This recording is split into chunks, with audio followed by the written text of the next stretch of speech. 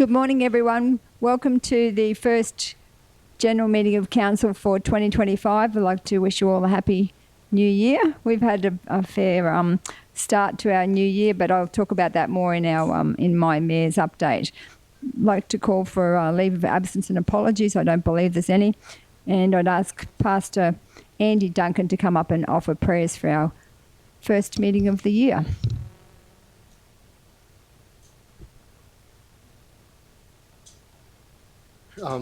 In 1 Timothy chapter 2, verses, 1 Timothy 2, the first couple of verses of that chapter in the Bible, it reminds us to pray for our leaders. And so I want to say thank you for letting us pray for you and encourage you. So let me pray for us. Pray for you. Heavenly Father, Lord, we thank you for your goodness. And Father, I thank you for your calling on the lives of each of these servants.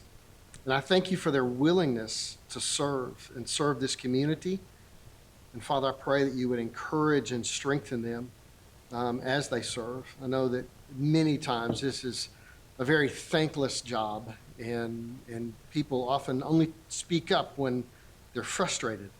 And so, Father, I pray that you would encourage and strengthen each one of these servants. Father, we pray for you to give them wisdom as they make decisions and give them insight to know what would be best for our region.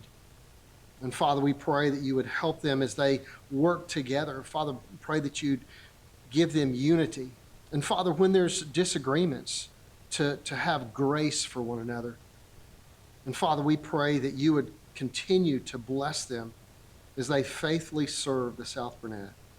And Father, we pray all of this in the name of Jesus. Amen. Thank you. Thanks very much for those very kind words and very meaningful. That's a very important message for us all. So thank you. So now we're moving on to recognition of traditional owners, and I'll ask Deputy Mayor Jane Erkins to recognise our traditional owners. Thank you, Mayor. I'd like to acknowledge country and the land where we meet today, the Waka Waka land, and acknowledge our elders, both past and present. Thank you. Thank you, Deputy Mayor Jane. I'll now call on a declaration of interest is item number 5, and I believe that Councillor Sander and Councillor Erkins both have declarations. So the first one is Councillor Jane. I, Councillor Jane Erkins, inform this meeting I have prescribed conflict of interest in relation to item 16.4, quote SBRC Q 2024 and /2025 11 replace grader 158. This prescribed conflict of interest arises due to a family member, a close associate, being an employee of the South Burnett Regional Council. I propose to leave and stay away from the place where the meeting is being held while this matter is discussed and voted on. Thank you, Councillor Jane. I'll ask Councillor Heath Sander to inform the meeting. I, Councillor Heath Sander, inform this meeting that I have prescribed conflict of interest in relation to item 16.4, quote SBRCQ 2024/2025-11, replace grader 1518. This prescribed conflict of interest arises due to a family member, a close associate, being an employee of the South Burnett Regional Council. I propose to leave and stay away from the place where the meeting is being held while this matter is discussed and voted upon. Thank you, Councillor Sander. I don't believe there's any other conflicts of interest. No, we're all good. So we're moving on to the deputation and petitions, which is item number 6 on page 6. And I don't believe we have any. CEO Mark? No. So confirmation of minutes of previous meeting, item 7.1 on page 6. Someone like to move the recommendation? Councillor Height, someone to second that. Councillor Dineen. Any discussion on the previous meeting minutes? The officer's recommendation is that the minutes of the council meeting held on the 18th of December 2024 be received and the recommendations therein be adopted. I'll put it to the vote. Oh, Councillor Erkins, did you have a question? Sorry. Put it to the vote. All those in favour? Against? Carried. Thank you. So we're moving on to the divisional councillor updates, and I'm going to lead this one, so thank you.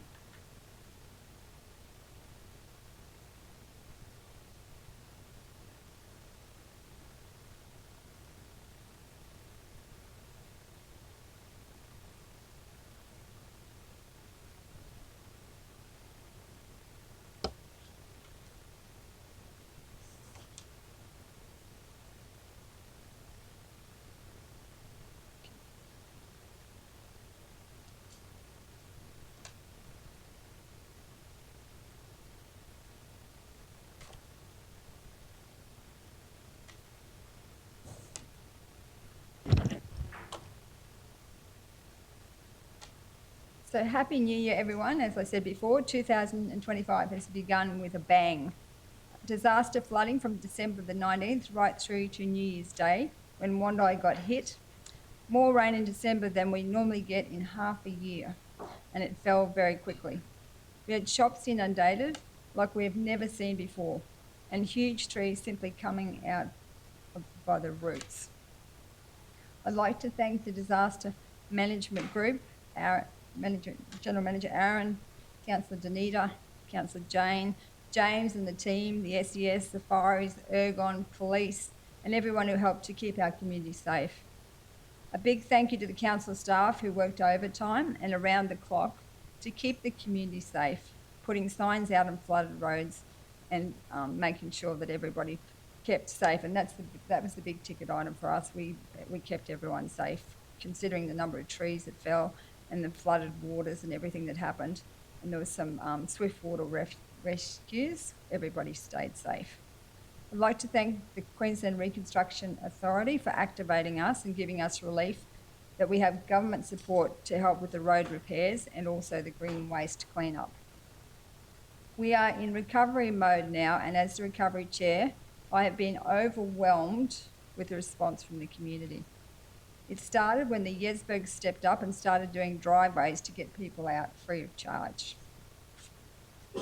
Then we had a sandbagging day, and the councillors and the community bagged over 1,000 sandbags and delivered around 500 to residents. And there was 150 delivered to Highsville for the Highsville-Proston community, and they were gone overnight. There was, I think, 7 left the next morning. We even had little children, business people, Swickers workers, an amazing community effort. It was a great community building day. With the flooded houses and the trees down in the yards, we had Tim from the Tabinga Lions, Kingaroy and Blackbutt Banarkan Lions, helping with green waste cleanup. Aaron Ross, a landscape contractor, worked with a team of volunteers in Wondai, and he did all his work free of charge. And Tim and his team worked mostly in Kingaroy, but on the final days, last Sunday, we had a lot of the volunteers come together to finish it all up. So they all worked in Wondai and Kingaroy. And we even went out to Nanango and did a strip out in Nanango where there was some storms out there. We had locals and community members who I didn't know beavering away, removing debris and helping each other. So it wasn't just that team, it was a whole heap of other people, neighbours helping neighbours, everybody stepping up. So, and we had, and now council's been doing the green waste collection on the curbside, and I've had such good reports about the contractors who are mulching on site. So that's working really well. We've also had Beck Cross and Bake Relief making cookies to give to our community to show that we care about those who are doing it tough.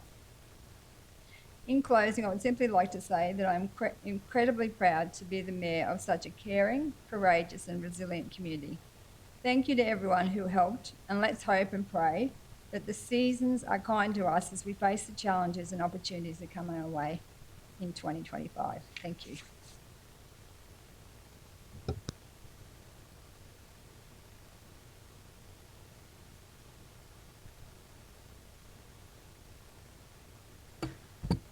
So now I'll call on Division 1 Councillor Jane Erkins to give her Divisional Councillor update.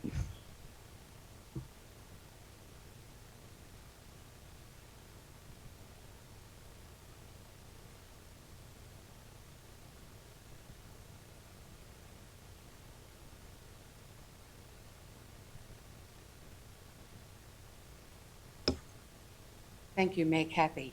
And like all of us, I've got my little report written out. But before I start with that, I'd just like to say that the hard work that has been put in with our community has been led by our mayor. And for those of you who think that she is just pretty in pink, let me tell you that Kathy has been out there working hard with all those people.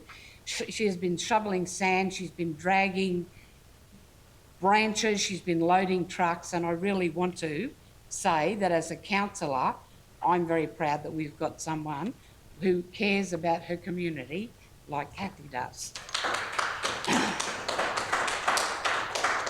So, like all of you, this latest wet weather has been a real concern to me. The first drenching brought down Barker's Creek, and it was a little exciting with lots of newcomers to the area, never having seen the Barker's Creek flats in flood. However, the continued rainfall was very worrying, and we were very lucky in Nanango with a lot of the local area not being too badly affected.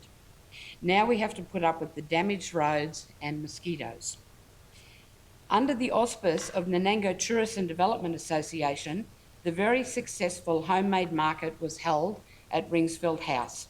This was the brainchild of Tammy Greenslade and her daughter Lani, and she was ably assisted by her mum Lois, who took charge of the kitchen where they produced 50 dozen scones. Also assisting was her husband Jared, who spent many hours moving tables, chairs, bins. This event raised $3,000, which was donated to the Nanango Hospital for the palliative care unit towards a bed. NAPTA will be auspicing the Back to Nanango event and the next homemade market, which will be held in conjunction at Ringsfield House. Ringsfield House will also be open the first Saturday of the month for a regular open house, tea and scones, and an amazing display of local art at the Ringsfield House Gallery. And probably one of the reasons that I went on to that is because it just shows communities getting in and helping one another what can be achieved. And I really encourage all our communities across the region to get in and help one another to make things a success. Everyone has to participate and everyone has to do their bit. Of course, driving the road network in my division is an ongoing task, and after many residents getting maintenance done on the road, it was disappointing to both council staff and residents to now have the issues caused by rain. We have obtained flood funding and emergency repairs are underway. Damage repairs should start as soon as possible, but I do ask residents to understand that there are a lot of roads to get through, and I would ask all residents to please drive to the conditions that this wet weather has left our roads in and drive safely. Our shed in Nanango, which I started a long time ago, before my council life, has been neglected since my election to council, but I know that if it offers such a great venue for those who want to come out on Friday night and join in with some musicians, play some music and do it in a safe environment. And I'd like to welcome any musicians who would like to come down on Friday nights. One of the things that I enjoy very much on a Saturday morning is the park run. And so there's no misunderstanding, let's get it straight. I don't run, walk, or even crawl, apart from my journey from the car to the picnic table. I do, however, often take on the role of token scanner, which can be done sitting down. It's really great to meet some of the great positive people who start their weekend off with either a 5-kilometre sprint for some, down to those who enjoy a leisurely 5-kilometre walk. I'd like to thank those who volunteer across our region to put this event on and recommend to those who have not been down to go and check them out. They also run at Proston, Wandai and Blackbutt, 7 a.m. every Saturday morning. I'm very pleased with the trial opening of the Macaulay Weir. The trial has been extended because there were some issues to be sorted out with road reserves. However, I'm really pleased to be involved with releasing some of the endangered Mary River cod into the Weir. I also travelled out with our council managers and officers to inspect the area and identified road reserves and establish the boundaries. I'm hoping we can participate in a program to encourage breeding of the Murray River cod. This will involve closure of the Weir for a 3-month period during the breeding season. I'm hoping to get the Tourist Association involved in a small opening festival after this 3-month closure. With the wet weather also comes a lot of movement in the land, which has caused a lot of burst water mains in Nanango. Each time this has happened, I have received compliments on how our staff were so well mannered, how they worked hard, and how polite they were to residents. I'm very proud of our staff and love to hear that feedback. Again, I have been disappointed in the blatant vandalism in our parks. I would hate to see our toilets closed off every night, but the cost that ratepayers are spending repairing damage done by vandals is money that could be put to better use. I would ask that community please report any antisocial behaviour at council facilities. If you're unable to make contact with police, please send me a message and I'll make sure it's sent through. It was great to see the parking being completed in front of the CTC Community Centre, which has also given a little extra parking for those who park and walk their children to school. You may also have noticed the bus parking zones across from Shorty's has now been allocated a bus zone during the 3 days a week for 1 hour that the bus actually parks, giving a number of much needed car parks to the community. The same will be happening at the bus stop in front of the Scott's car park. You will have noticed on social media that Main Roads are asking for feedback on the road travelling from the lights to out past the Toorong turnoff.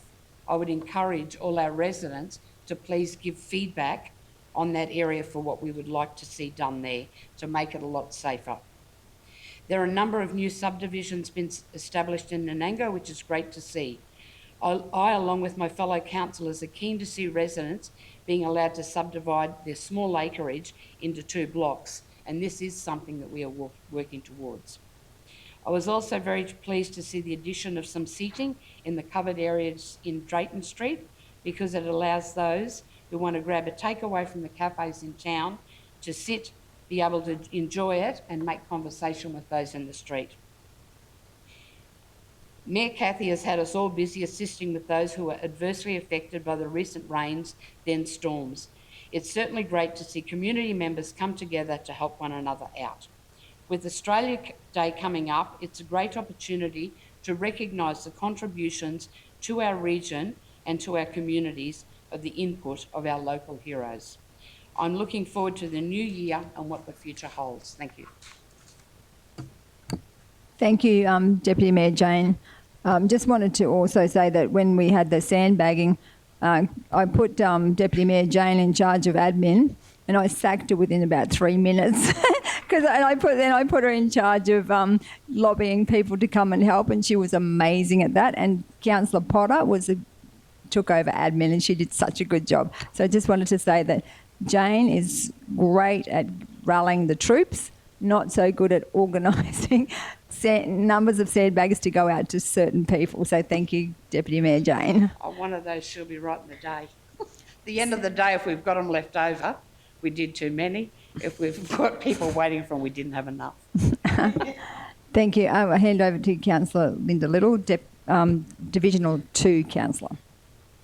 Thank you, Mayor Cathy.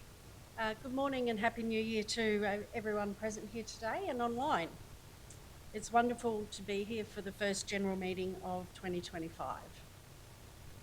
I sincerely hope that everyone who has been impacted by the weather events of December and January are doing well and accessing the help and assistance they need to recover from these events.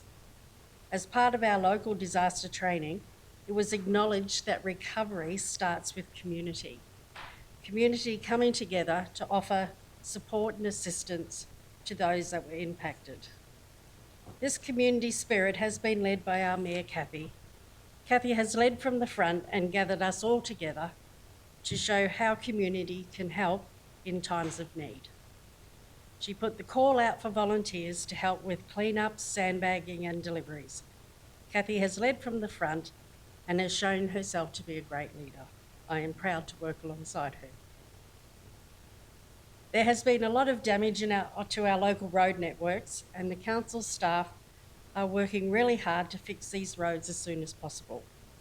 I urge our residents to continue to report any damages or issues so they can be added to the register And I also urge our community to drive to the conditions of the road. Councillor Erkins and I joined forces to drive around the district and see the impacts of the damage, and we have sent in many photos and requests to the roads team for action. My local community groups and committees have enjoyed a little rest after the Christmas period, and I have attended a couple of meetings so far.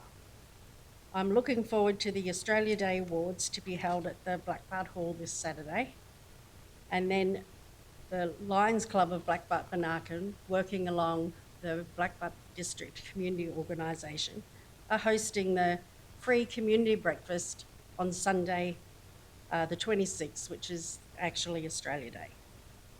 So there will be free breakfast, some fun and games, and hopefully the community will come along and have some fun.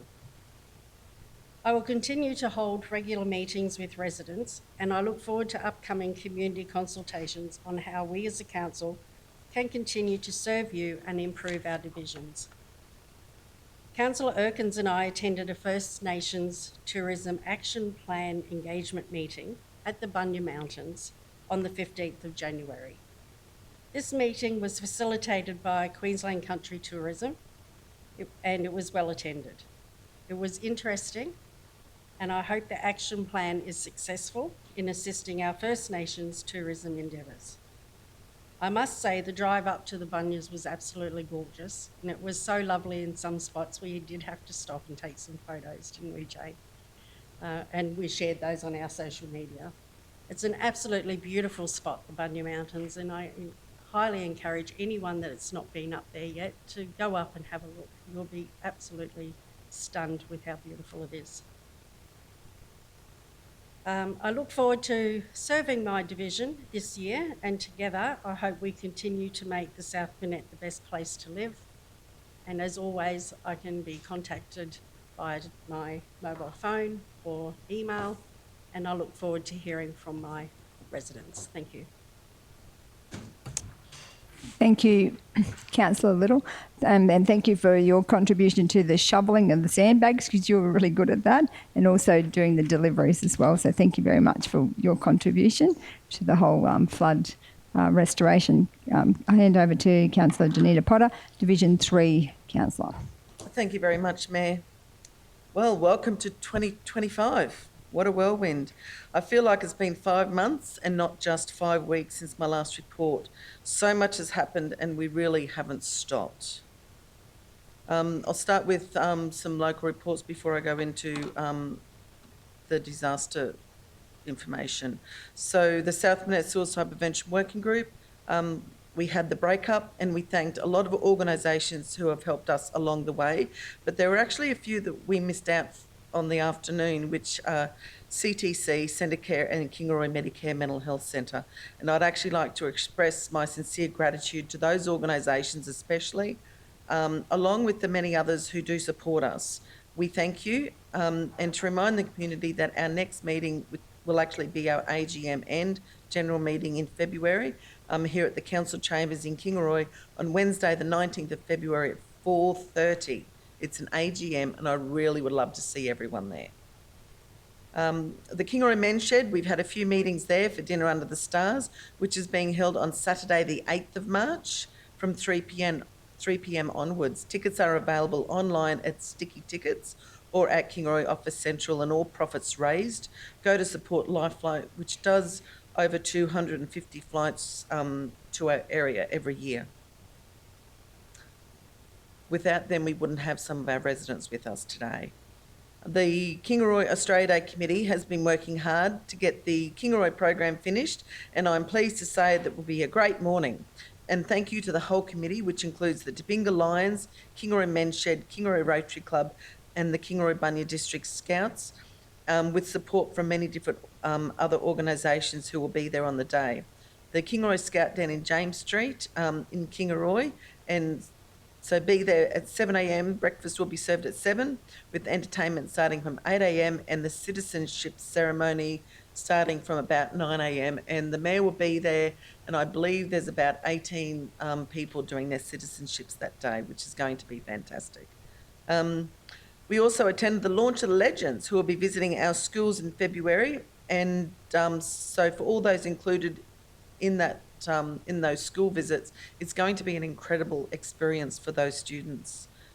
This will also end in a match at the Kingroy Red Ants Football Club on Saturday, the 22nd of February. That should be a very interesting day for some people, and I have a feeling we may need an ambulance or two. I've also met with many community members to discuss a whole gamut of issues, including roads, drainage, housing, economic development, just to name a few. I'd like to get my community members to contact any of their councillors if they have issues with anything or they want to discuss anything that they feel is important to them within our community. Discussions have also been had with Queensland Education and the PHN, or the Primary Health Network, to discuss the first 2,000 days of a child's life. And hopefully we can work with more organisations to get this underway if we can secure some funding.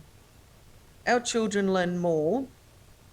And the pathways in their brain develop more as their brain grows, and this all happens in their first 2,000 days.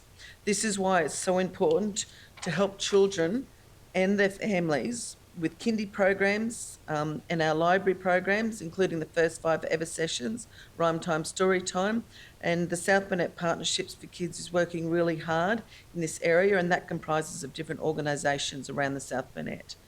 So please get involved with that. So go and check with your libraries with any programs and go and have a chat with the kindies if you've got any little ones that need to go. We've had Regional Arts Development Fund meetings. This is also known as RADF, and I would like to remind the community that the RADF and the community grants will be open on the 1st of February, which is just over a week away. So get those pens ready and computers ready. You can apply online or you can come in person, come in and have a chat to Denise and she'll help you out with that one. We've met with Cherbourg Council to discuss how we can work together more on many different issues.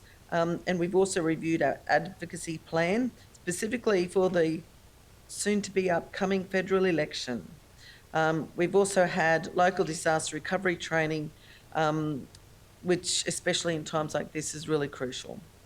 The South Burnett has experienced serious and major flooding, storms, causing damage to our road network over the last 6 weeks.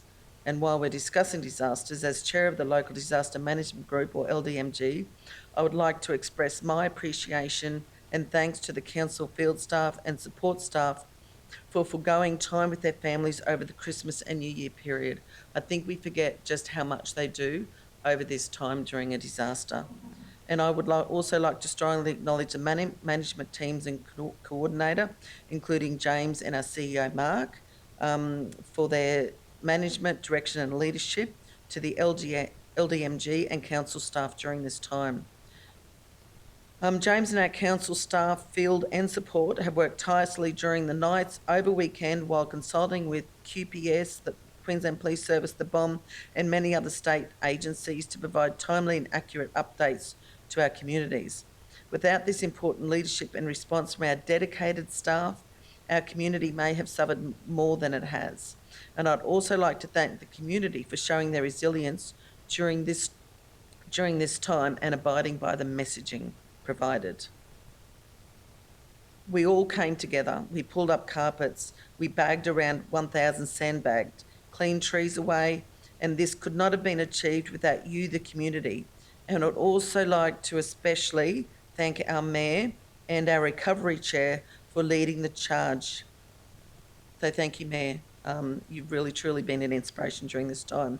There are many others involved with the cleanup, and it's wonderful to see the community come together in times like this. The organisations, the businesses, and to every individual involved, thank you very much. I'd also like to push a little bit the surveys we have online for businesses, for not-for-profits organisations and for individual properties. There are surveys on the council website, so please go to that website and fill out those surveys, and please fill them out as soon as possible. Well, I think we hope to have them done before the end of January, I think, if I remember, CEO from that discussion. So please get online and fill them out if you have any damage or issues with regards to the storms. So thank you very much. And that's the end of my divisional report. Thank you very much. Thank you, Councillor Danita. Thank you for chairing the LGMG. And I just wanted to also acknowledge Christy for Myatt, who is our one and only, the Power of One media. She does all of our media, and I know that during that period she actually was sick. I think she even had COVID, and she was still making sure that the media went out from her bed at home, getting those messages out. And we actually had the local,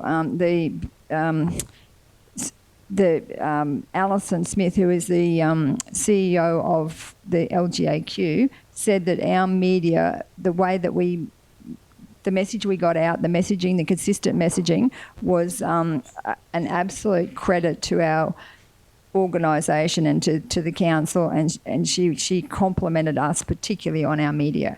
So just thank you to Christy for the work that you did, during that challenging time. So thank you. Now we'll call on Division 4, Councillor. Councillor Deb Deneen, sorry. Okay.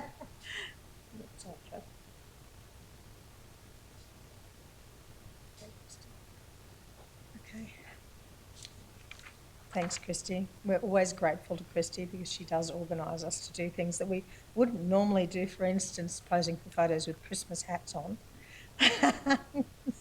Only because Christy's so lovely, I would do it. And Christmas has been, for all of us, wonderful and challenging. A great time to reflect on how grateful we are for our community, for our mayor, for our team, for what we've all done, for our staff, for so many people that went well and truly above and beyond. It was just amazing. I've had some time off over Christmas and enjoyed it with my family, which has been just beautiful. I've done things like gone to a lovely Go Getter Girls Christmas breakup, one of our local running groups that's really one of those places you go to feel welcome and supported. We've also got a local running group, Runco, which is Tuesday mornings, as well as park runs that are fabulous. There's so much to do in the South Burnett, and that's one of the things. We only just opened the Memorial Park Challenge course prior to Christmas, and I thought, oh, it was a fair bit of money, and I wonder how well it would be used. My goodness, every time you go past there, there's somebody there on the challenge course. There's someone there playing basketball, multiple people. I took my granddaughters down from 2, 4 and 12. They love the challenge course. Even the little one, you can help them around it. So it's certainly terrific and well worth it. There has been, unfortunately, a few of our assets have been closed for that period of time. I know we're working on getting them back on deck and dealing with some of the damage that we've had to our local parks. We're so lucky in the region. We have really good parks and we have them maintained beautifully by our staff, and they're used a lot. I recently had meetings with residents about drainage issues, which, gosh, they were issues before, but with the storms they were horrendous, through people's houses and damaging quite a lot of their property. I've also had a recent meeting with, I think the whole street came actually, and some people just don't look after their places, and it's really disappointing. And when I mentioned it to one of our managers, he's right on board, and we're going to try and see what we can do about that particular area, because it is quite disappointing to see how some people just don't care when the rest of us, 99.9%, absolutely love the area and do everything we can to keep it as great as possible. So thank you so much to those residents. We've started planning Anzac Day. I know that probably everybody started planning Anzac Day, but ours is pretty special here. We have wonderful diggers, an intrinsic part of our community. We have an event coming up called Weekend in Wando, organised by the South Burnett Rail Trail and Bicycle Queensland, that will see the South Burnett Rail Trail used for about 250 cyclists for 3 days. And I'd say if we're thinking 250, we might even end up with more. They'll be able to attend our Anzac services and go to the races at Wando afterwards. That will be fantastic. The Kingra Art Gallery has their opening on the 1st of February, Ruth Ellington's Tulip Project exhibition. The opening is from 5 to 7, but the art gallery will run that exhibition for the whole month, which they do at the art galleries, and you can pop in and have a look. Massive weekend coming up this weekend with the Speedway, starting, I think it's going for 3 or 4 days, but certainly it will be already starting on Friday, I think it starts. Our Australia Day celebrations, looking forward to that. What a great opportunity to celebrate our beautiful country and our beautiful people. So we have the main celebration in Blackbutt on the Saturday afternoon, and then there's quite a lot of other towns having breakfasts and fun stuff. So please enjoy yourself at that. Have a wonderful year, and thank you so much to everybody. Thanks, Councillor Deneen, for the Division 4 update. I'll call on Councillor Sander for update of Division 5.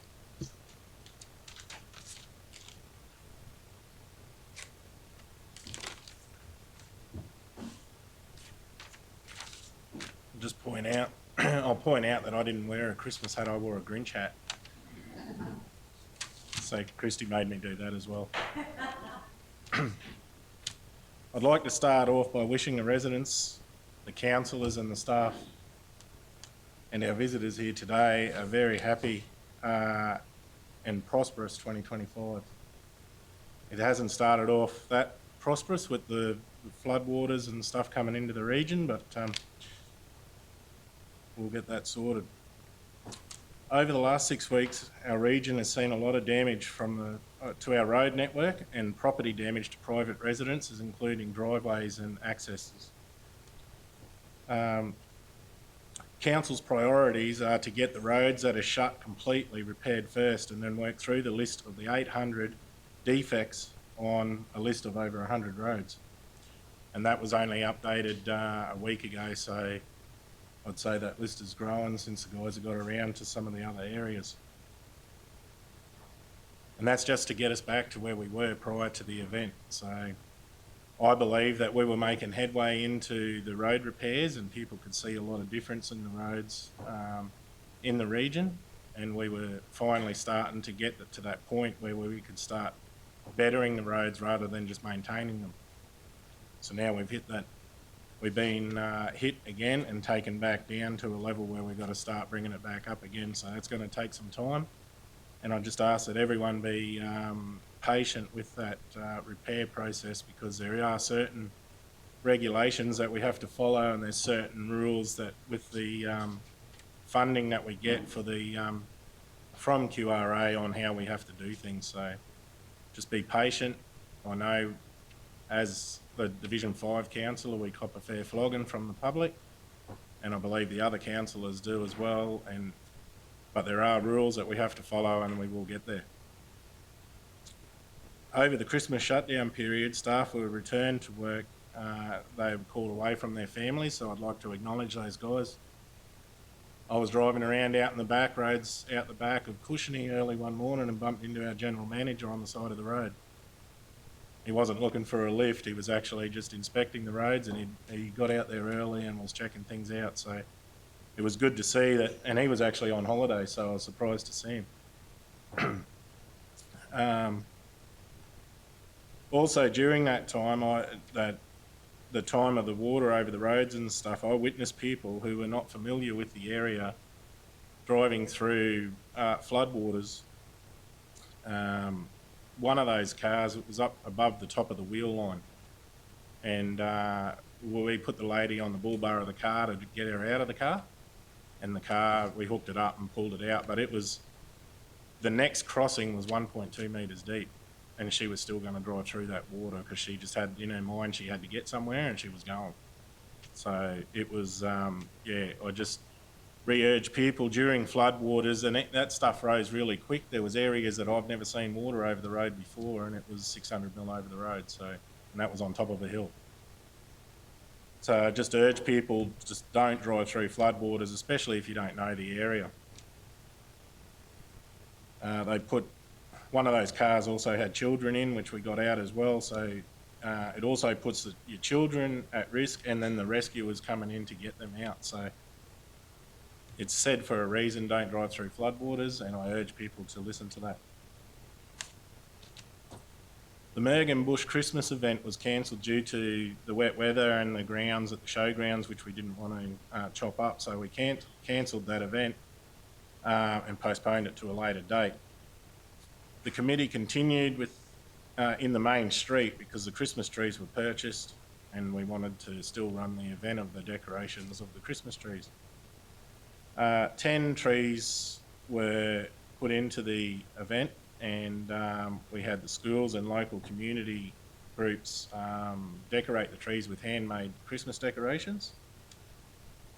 That event raised $6,000. So each tree was decorated by that community group. Whatever they were auctioned off at went to that group. And the Mergen RSL Club also donated $500 per tree to each community group. So that was, thank you for the RSL as well for that. As we approach the 26th of January, I wish all our nominees for Australia Day Awards the best of luck. And it is only the nomination that is recognised. It can only be one winner, and I just want to point out that anyone that was nominated is worthy of those awards, but best of luck to all the nominees.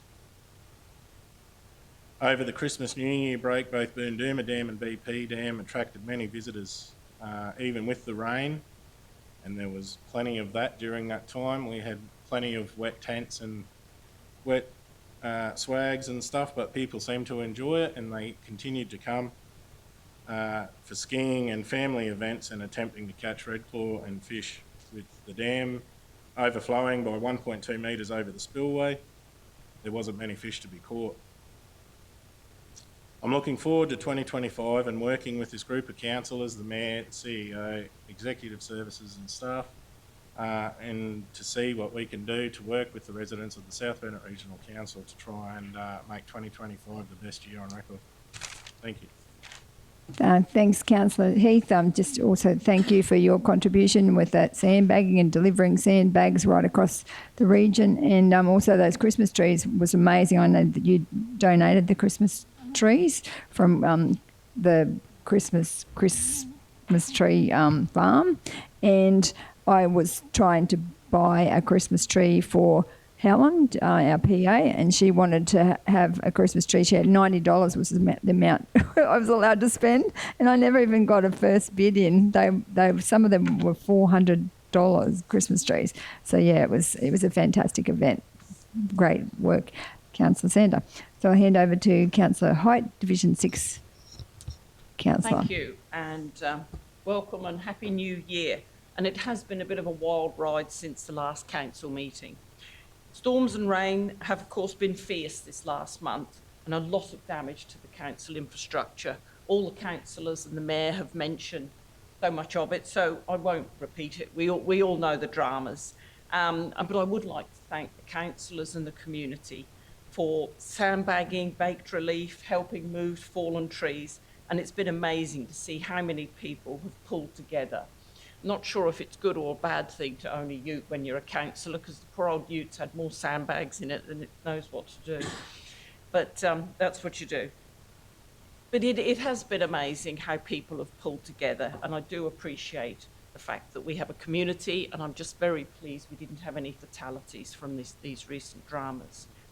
Just to give you an example of how fantastic our unspoken heroes are, I got a message on Christmas Eve at 7 o'clock at night about a collapsed pipe under a road, and by the next morning, Christmas morning, the signs had been out and a temporary repair. So sometimes, you know, we get frustrated that things don't happen as quickly as we would like them to, but I think we often don't appreciate when things are done after hours. It's only local government that does things in the middle of the night.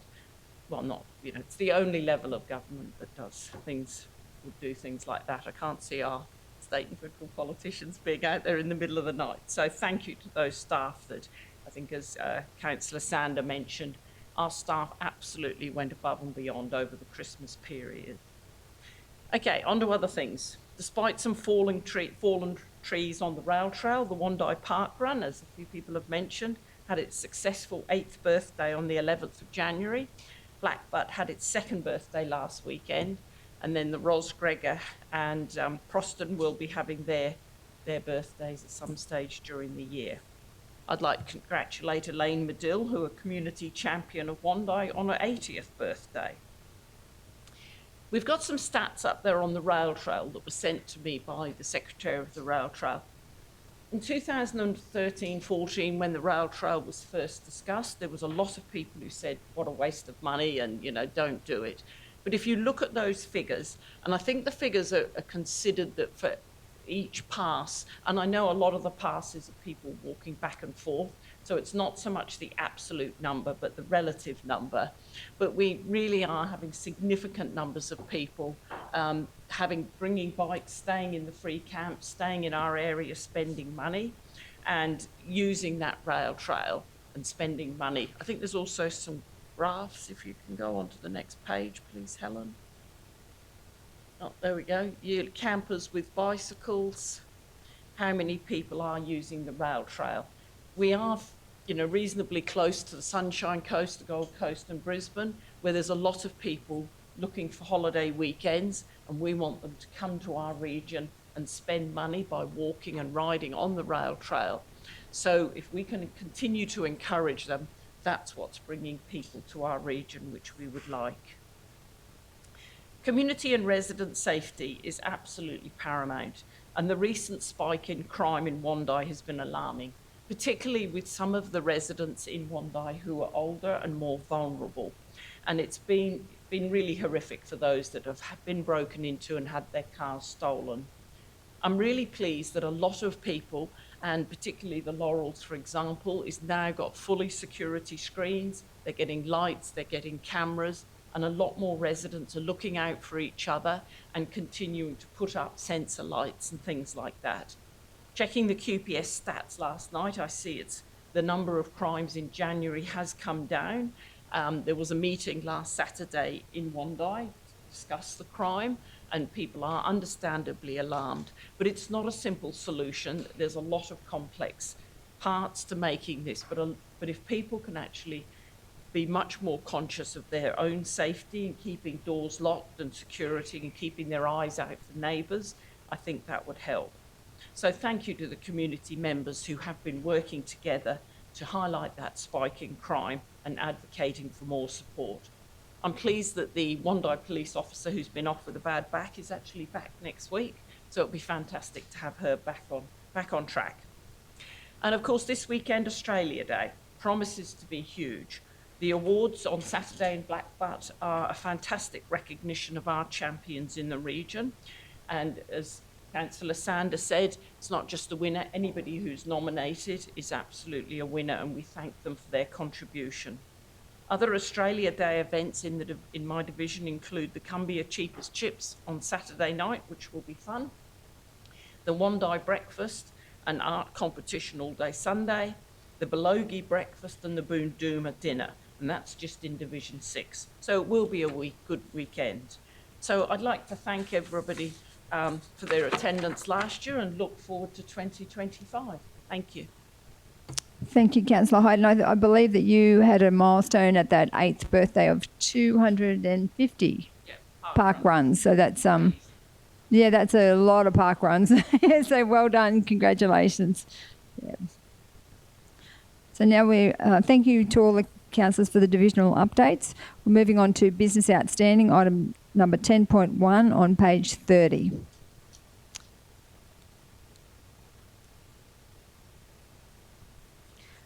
So the officer's recommendation is that the business outstanding table for the ordinary council meeting be received for information. Could I have someone to move that? Councillor Potter, seconded by Councillor Little. Any questions around the business outstanding?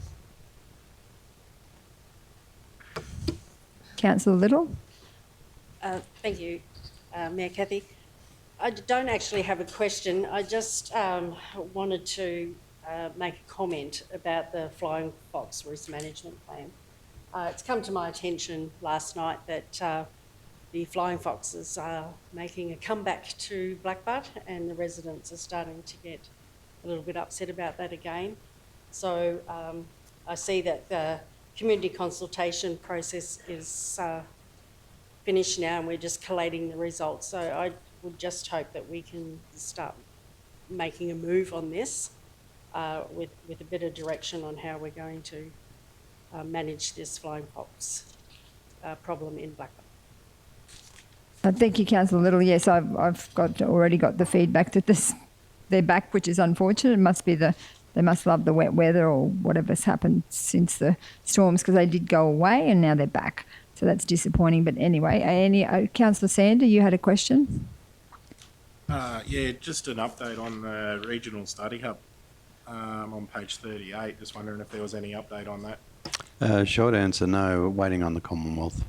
So yeah, no feedback, or no announcements, no feedback. Haven't heard when they're going to make the announcement either. Thank you. Any other questions?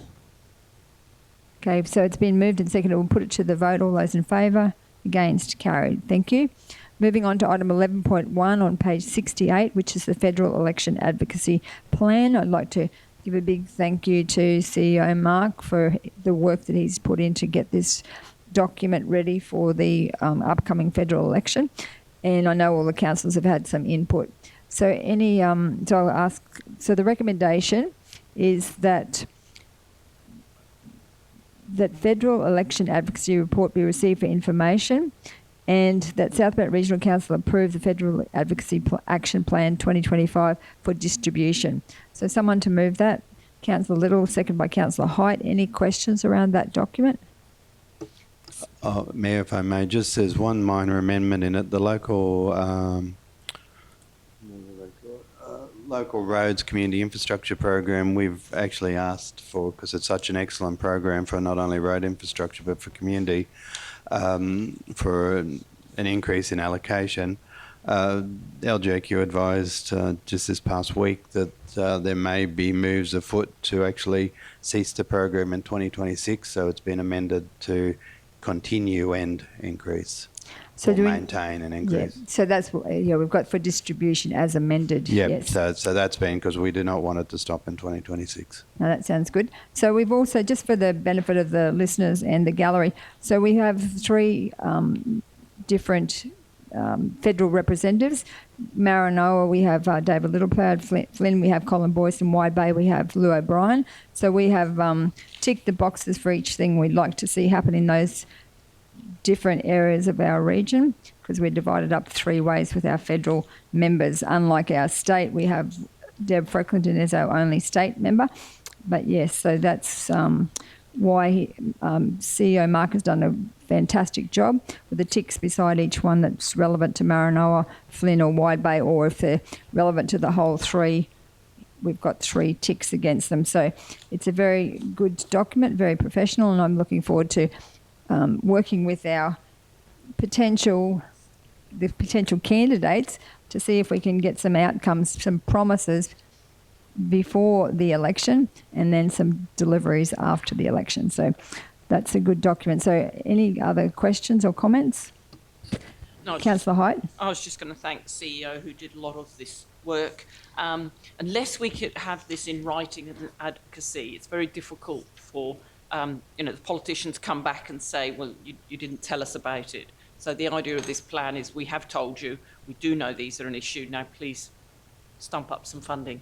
That's exactly right. And we can use this document whenever we're going down to meet with ministers. We've got, and the same with the state one, if we've got a state minister, we've got that in, we've already sent that out. They know what we want, and we can all be on the same page. So it's very, very important to have these documents. So thank you, CEO Mark, for the work. Councillor. Through you, Mayor, just letting our community know that, we're all well aware of water issues, and water is one of the things that we're definitely advocating for a solution to our water issues. Absolutely. So that's included in our Federal Election Advocacy Plan. So any other questions, comments? Put it to the vote. All those in favour? Against? Carried. Thank you. Moving on to 11.2 on page 85, Visit South Burnett update. The officer's recommendation is that South Burnett Regional Council receive the Visit South Burnett Partnership Report for information. Someone to move that. Councillor Sander, seconded by Councillor Potter. Discussion. So, CEO Mark, did you want to? You've been working with Visit South Burnett to get this document to the table. Yep, thanks, Mayor. It's getting back into a pattern of regular reporting on activities and information. The partnership agreements as we move forward will require, and Baido presented their information update in December, which was a really good report. So it's just getting us back into a regular cycle of formal reporting to council on what they've been up to, and some of the tourism statistics in it are quite interesting that they've been collating. Thank you, CEO Mark. Just so that everyone knows, the Visit South Burnett is our tourism arm of council. So we've put all of our dollars in behind a local tourism group, which is probably unusual because a lot of councils go for their RTOs, whereas we've got our local tourism group as the ones that we're putting our money behind. So, and Councillor Erkins, Deputy Mayor Erkins, is our council rep on that committee. So I'll just hand over to Councillor Erkins to give her views. Thank you. It's really great to see that partnership agreement, finally underway. Just one of the things that I'd like to point out, I believe, speaking to their chair, one of the things that we're asking is that they attend an event out of the region, and I just want to draw council's attention for them to attend some of those caravan shows. They're fairly expensive to attend, and I think we need to keep that. We need to be aware of that when we're asking them to go. I think you're looking at something like $5,000 for them to go to one of those events. So we've got to look as to whether that comes under their partnership agreement and what we pay them, or whether we're going to budget to allow them to attend those type of events. But I, for one, I know we went to one at Dolby last year, and it was fabulous. And I would encourage our councillors, if they do that, for us all to take a little turn at going down and promoting our area, because we all know how much we love our area and what great ambassadors we would be to promote it. Thank you. I just might ask CEO Mark to comment on that. What, with regards to the out of town visits, do we? Council is about 10 reports ahead of herself. That's in the finalisation and negotiation. So yeah, if we could talk about that one when we get to that. There's a list of actions. As a local tourism organisation, there's certain things, and so this is now the finalisation of the partnership agreements this month and next month. And so yeah, so if we could, when we've got that report up, we can have a look at the items in there. But also, one of the things that's delayed getting these agreements finalised is there's a lot of verbal exchanges between parties. Be nice to pin it down into some writing so we can lock it down. So, Deputy Mayor Jane, are you happy with that response? Thank you. So the next item is item. Oh, sorry, we haven't voted on that one. So this, it's been moved and seconded, so I'll put it to the vote. All those in favour? Against? Carried. Thank you. So now we're moving on to item. Where are we up to? 11.3 on page 96. Adoption of the South Burnett Regional Council Drinking Water Quality Management Policy, Strategic 044. And the officer's recommendation is that South Burnett Regional Council Drinking Water Quality Management Policy Strategic 044 be adopted as presented. Someone to move that. Councillor Deneen, seconded by Councillor Erkins. So this one here, so this is about our drinking water. We've had lots of issues through the flood period with the drinking water quality, particularly in Kingaroy. There's been people complaining about the mix of the water, and I absolutely think that I'm able to, I'm pretty much all over what's going on. There's pockets when we get the mix of the Gordon Brook Dam water with the Badooma Dam, and it's high in manganese and iron. There's pockets that come through. Then the chlorine hits the pockets in some places, and that causes discoloration. So I'm going to let Adam explain more technical details, but that's what I've been told. And so we have been pretty much on, particularly on Facebook, people have been really upset about it's the drinking water quality it's absolutely safe, but the colour is problematic in some particular areas. Some people say that the water's clear all the time, and other areas it gets dirty. So I might just hand over to Adam to also explain about that. And also I did ask for some mention about the reverse osmosis treatment plant, which would be something that we would need to look at if we actually wanted to have that water so it was crystal clear all the time. So that would be millions of dollars. So I'll just ask Adam to elaborate on that, please. Yeah, thank you. Through you, Mayor. You've answered it pretty well yourself, to be honest, in terms of being very well trained. I was most impressed, to be honest. I think one of the things we've got this year, we've got $100,000 dedicated to investigate treatment options at all of the treatment plants across all of the drinking water schemes, which is a big investment to council. We're finalising the scope and specification for that project. We're anticipating that that's hopefully going to go out in the next month to progress that. So that's basically going to look at our existing treatment plants. It's also going to look at future emerging contaminants that may come into the water supply. Microplastics, PFAS. It'll look at trialomethanes, disinfection byproducts, the whole lot, without getting into too much detail. So whether the outcome is RO, that might be a predetermined outcome, but there's some other options that we'll be looking at as well. So, and this is also on the back of the $100,000 that council's already invested with the air scouring program that was completed earlier this financial year. Yeah, so I wanted to thank the water team and Adam in particular for the way that they've managed the water, because we do get lots of people on Facebook and they don't actually say, they just complain about the water, and it's very difficult to get people to actually say which street and where it was, because a lot of times when they go there, sometimes it's the internal pipes. It's not actually council water. It's actually they've got rust or whatever in their own internal pipes.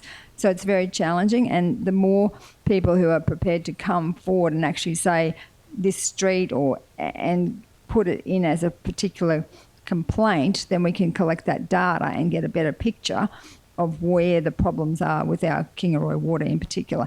But yeah, so just a big shout out to Adam and the team. And we actually were on Channel 7 with I was interviewed, and also they had someone else from the community saying about the Kingaroy water, and they just took grabs of what little bits and bobs. It wasn't actually I didn't think it was an accurate report of what I had said, but certainly it did alert the community to the fact that we are considering a reverse osmosis treatment plant, which is 25 million, I think, was the a ballpark figure of right. what we're looking at if we want to absolutely make that water Mickey Mouse. So yeah, just wanted to make sure that the Kingaroy people understand and know that we are certainly looking at all options for trying to improve the water quality. And there again in Nanango, I know there's issues around the Nanango water, so we're looking at with that 100,000, we're looking at all water quality going forward. But reiterating that it's absolutely safe. Did you want to talk about the safety? Because I know that some people say you wouldn't drink it, it's not safe, but it is 100% safe. And I'd also like you to elaborate on how many times it gets tested and all those processes. Yeah, sure. Through you, Mayor. So when the water is discoloured, we discourage residents from drinking that, obviously. We prefer to know about it so that our team can go out and flush, and just to ensure that the quality is brought back online. It is very difficult for our team to know where those pockets of discoloration may poke up, so it's really important that they give us a call. We're available 24/7, our teams, so they'll come out on call and make the rectification work. So I think that's the most important message if we could get across to the community. Just with that too, we do a range of testing across all drinking water supply schemes. We do up to potentially 75 microbial tests each week across all drinking water supply schemes. So that's testing to see what type of viruses, bacteria, protozoals may potentially be in the water. If there is an incident, we will notify the public through the appropriate notification process. But there is a very large amount of testing that goes into the drinking water supply. In terms of aesthetics value, so taste and odour, it can be displeasing to some people. And quite often, when I have conversations with people, they don't like to drink the water in Brisbane or the Sunshine Coast here or anywhere. So it is aesthetically displeasing to some palates, yes. So I hope that helps answer your question. Thank you. Yes, certainly. Councillor Erkins. Through you, Madam Mayor, I know that earlier I stood up and said what an absolutely fabulous job our Mayor has done during the recovery, but I'd just like to remind all our residents, as good as she is, she cannot turn water into wine, and what we've got is what we've got and what we need to work with.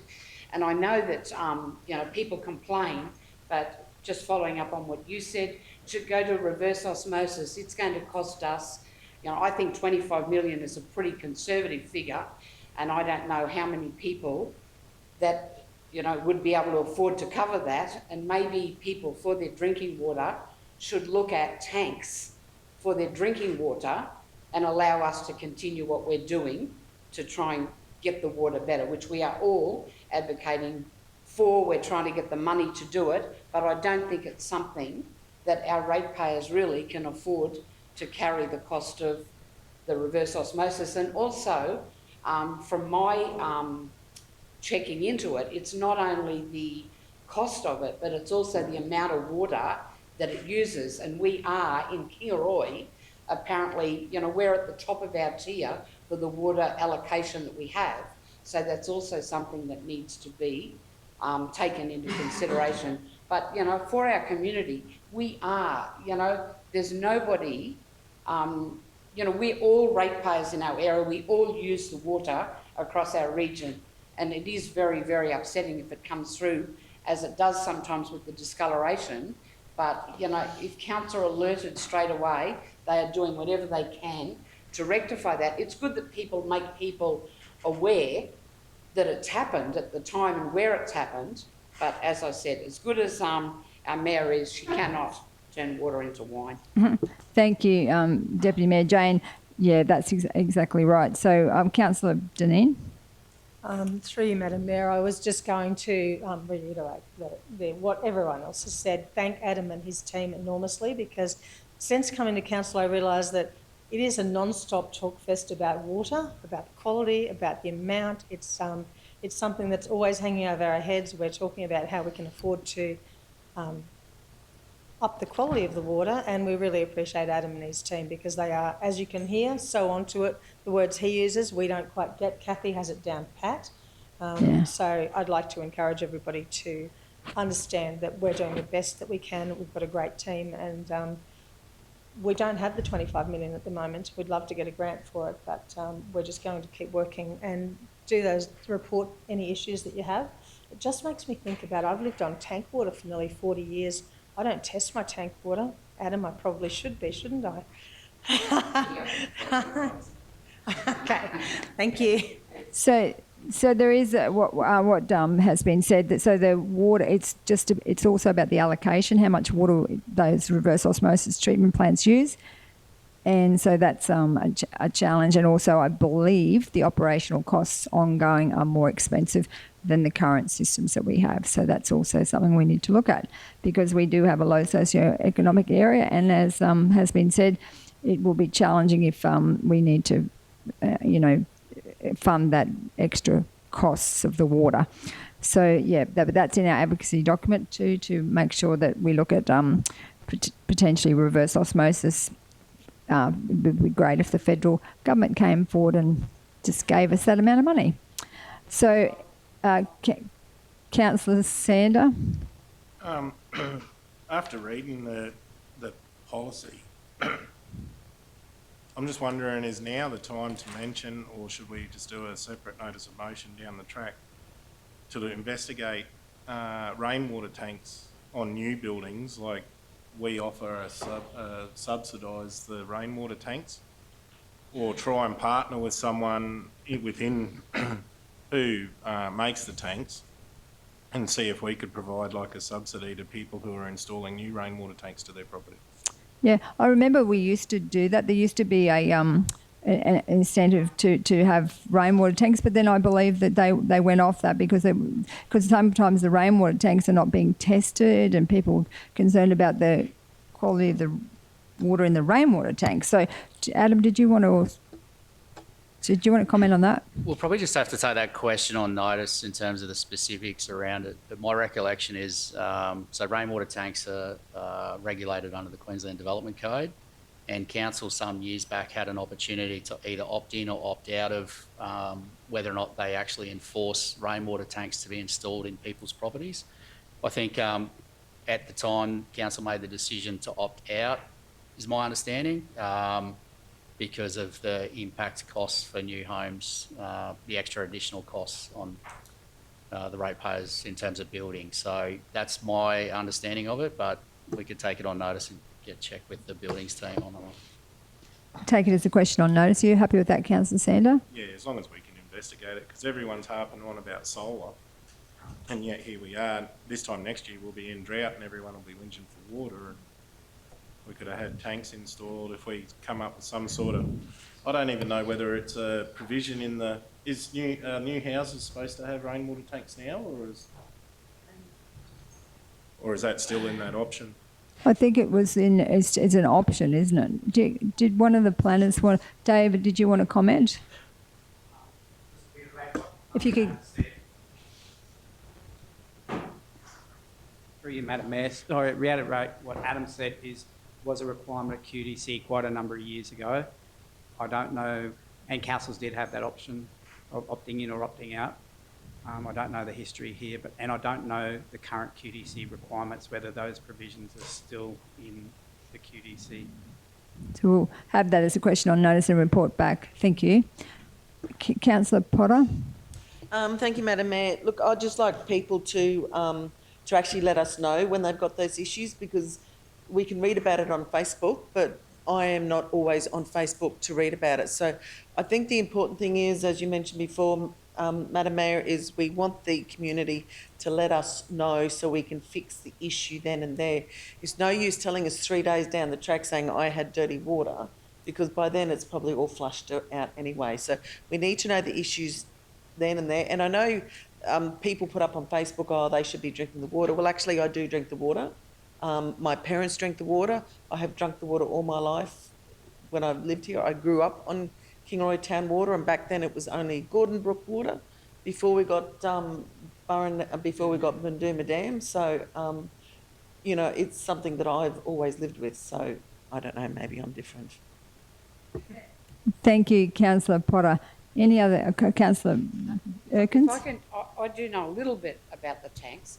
I do know at one stage it was a council regulation that if you put a tank in, the tank could only feed outdoors and it couldn't go to the kitchen tap. I know that was at one stage, but I'm not sure that is still. But one of the things, you know, when we get all this feedback on Facebook, and as everyone knows, I'm a Facebook junkie, but most of the people who actually complain about the taste of the water and the, you know, it's unsafe and it's this and it's that, most of those are relatively newcomers to the area, because most longer term residents have all got rainwater tanks, and it was really the accepted thing that if you lived in town and you were on town water, that most residents just drank their tank water, and their town water was used for, you know, washing and whatever, household use. So as I said, it really is the newer residents that are coming and maybe moving into more modern homes that didn't have those tanks connected to their town water. So as I said, long-term residents have just accepted that, you know, it's unpalatable but safe but unpalatable to some people. I think you're absolutely right, because I've noticed that there's been a trend in the last probably 12 months with the complaints, whereas before for 20 years, like how long's this water been like that? And it's been sort of, it wasn't sort of like a big thing. It was more about the quantity of water we had for Kingaroy to be able to support Swickers. It was never about the quality, and now it's suddenly all about quality, not so much the quantity. So that's changed, and I believe what Councillor Urquhart is saying is right. We've got new people coming. They're used to, Brisbane water or different water, and they just don't want to come in on that, particularly when it gets that pocket and it gets dirty. Councillor Sander? This is probably a question for Adam. About 15 years ago in Mergen, I remember we had a heap of dramas with dirty water in Mergen. I know they air scoured the mains, but they also took the roof off of the treatment plant and replaced something or done a heap of maintenance in the filtration side of things. Is that a possibility, or when was Kingaroy's done, or does it need doing, or...? Through you, Mayor. So there was a filter upgrade that was completed in Mergen, cleaned out the clarifiers, and there was filter media replacement. And Kingaroy was commissioned, I think it was March 2016, the upgrades there for the filters. The filters in Kingaroy are of a much better quality than the Mergen filters, in all honesty. It's a multimedia filter with granular activated carbon. So in 2016 was when the Kingaroy filters were last installed. So what do you, like their lifespan, what do you anticipate? That's a good question. We do anticipate, so the granular activated carbon, which is the top layer of the filter, does have a filter life, and we're hoping to change that probably in the next 2 years. It is quite a costly exercise, probably in the vicinity around 250,000. That will help with this issue? Not specifically with this issue, Councillor, so through you, Mayor. It's the dissolved iron and manganese that travels through the water will consistently travel through those filters. So when we talk about reverse osmosis, it's basically a much smaller microfiltration, if that makes sense, where the particles just can't get through those. So it's the dissolved iron and manganese at times that travels through the water that oxidises later out in the networks, and that's what gives you that discoloration. So hopefully that helps. Thank you. Are you happy with that answer, Councillor Sander? Yeah. Yep. So do we need any more discussion? Everyone happy? No more questions? So it's been moved that the adoption of the drinking water quality management policy by Councillor Deneen, seconded by Councillor Urquhart. Put it to the vote. All those in favour? All those against? Carried. Thank you. Moving on to the monthly financial information, item 12.1 on page 100. I'll ask the General Manager to give an update. Thank you. Thank you. Through you, Madam Mayor. At the end of December, Council's cash and cash equivalents amounted to 63 million, with around 31 million of this balance classed as restricted cash. When looking at the capital program, departments have spent approximately 23% of the amended budget, or up to 31% when taking into account current commitments. The second quarter budget review has been completed, with this proposed budget being included in today's meeting for adoption. Finance would like to thank all of the departments for their assistance with this budget review. The next rates levy is currently being tested, and notices are due to be issued around the 21st of February, with a proposed due date of the 24th of March. The rates team have also been working to introduce a new simplified rates notice template, which is due to be used for the February rates notices. Council has also recently advertised for the upcoming sale of land for overdue rates auction, which is due to be held on the 11th of February in Kingaroy. Details of any properties currently up for auction can be found on Council's website. However, it's important to note that owners have up until the day of auction to work out an arrangement with Council to have a property removed from that auction process. I now present the December monthly financials to the Chamber for information. Thank you, General Manager Carey. Could I have someone to move that the monthly financial report, including capital works, as at the 31st of December 2024, be received and noted? Councillor Potter, seconded by Councillor Little. Any questions? No questions? So you've obviously covered off on every single thing that they want to know. So we'll put it to the vote. All those in favour? Against? Carried. Thank you. CEO Mark wants to have morning tea. So Councillor Erkins has moved that we adjourn for morning tea. Someone to second. Councillor Potter.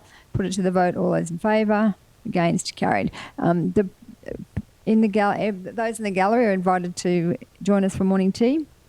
Thank you.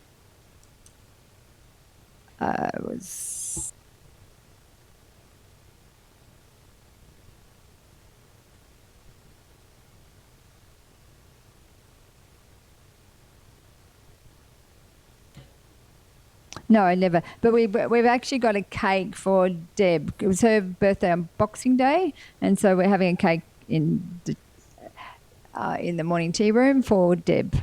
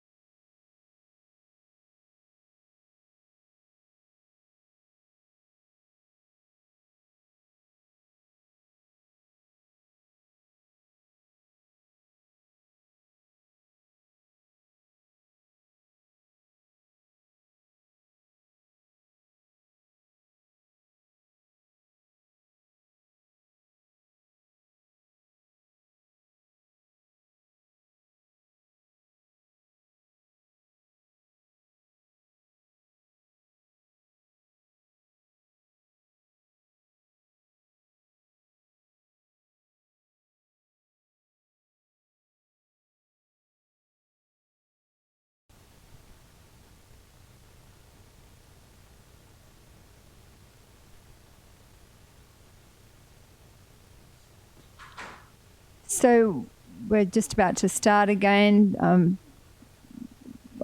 Ask that someone move a motion that we resume the meeting. Councillor Hoyt, seconded by Councillor Dineen. Put it to the vote. All those in favour? Against? Carried. Thank you. The next item on the agenda is 12.2 on page 146, and the officer's recommendation is that in accordance with section 1703 of the Local Government Regulation 2012, the revised 24-25 operational budget be adopted.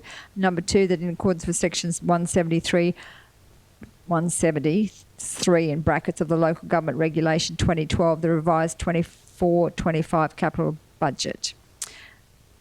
So then I'll ask for someone to move that. So Councillor Little, someone to second that. Councillor Hoyt. Any questions, or did you want to give us an update, General Manager Carey, on the revised budget? Yes, thank you. Through you, Madam Mayor.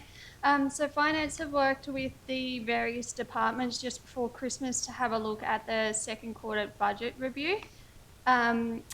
The income statement, balance sheet, cash flow and revised capital programs are all in this report for everyone to peruse. Overall, our operating deficit has decreased by around 209,000, so it's now closer to the original budget, which is really exciting. With the capital expenditure program, the teams have worked and we have reduced the capital program for this financial year down by about 8.3 million. Some of that is pushing out. We had a couple of big grant-funded programs which were multi-year. So we've done our best estimate as what we think might be this financial year compared to next financial year. A couple of other little projects with fleet and waste have also been pushed into next financial year. With fleet, some of that is just because of the large wait times on actually receiving the fleet, so it's going to take a while before we actually have to pay for them. And some of the waste ones are that they're quite large projects. There's a lot of scoping to do there, so they will be done over a couple of years. If anyone's got any questions, happy to answer them. Otherwise, all of the details there of any movements in the income statement and the capital programs are all there for everyone to see. Any questions to Councillor Hoyt? Yes, thank you. No, all very comprehensive. Just with the grant application to get solar, we were unsuccessful, which is really annoying because that could have really saved on electricity. Do you know why we were unsuccessful, and are there other grants we can get to install solar panels on some of our roofs? Through you, Madam Mayor. So we are having a look into to see if we can get some feedback as to why potentially we weren't successful, and anything that we might be able to do to sort of beef up any applications going forward. We have got those sorts of projects down for our grants officer to keep investigating, and I know Louise is also doing some investigations. So we will definitely keep solar panels fresh in our mind to make sure that we're actively looking for any grants that we can get to help that out. Thank you, because we've got plenty of roofs, plenty of sunshine most of the time. It would be good to be saving money, so thank you. Thank you, Councillor Hoyt. Councillor Potter? Yeah, actually, you've just reminded me, Councillor, that Council has welcomed a grants officer to the team. So I've already spoken to her, and it's wonderful that we've got somebody in that position as grants officer for the council. So welcome, Kate. Yeah, I 100% agree, Councillor Potter. It's just we've been waiting to have a grants officer, because I think that's going to be a game changer for us, because there's so many grants out there and we've never had anyone dedicated to actually doing that. So it's going to be amazing going forward. So just wanted to know, with the 8.3 million, I know that's a lot of money. Is there any projects that the community needs to know that are not going to be delivered this year that we had sort of promised? Or are they just mostly what you've said before, just ones that just fleet and things like that? Or was there any specific projects that we've actually moved to next year? Through you, Madam Mayor, I'd have to have a bit of a look, but a majority of that 8.3 are, I think around 5 million was for the Gordonbrook off-stream storage, which is, that big multi-year. And a lot of the others are just little, were minor movements here and there. Can provide a list to councillors, or do a bit of a media release of anything specific if we need to. That would be good, because I just don't want the community to have expected something to be delivered, because we make those commitments and then we're not delivering until later on. So thank you. Any other questions? Ready to vote? Put it to the vote. All those in favour? Against? Carried. Thank you. The next item.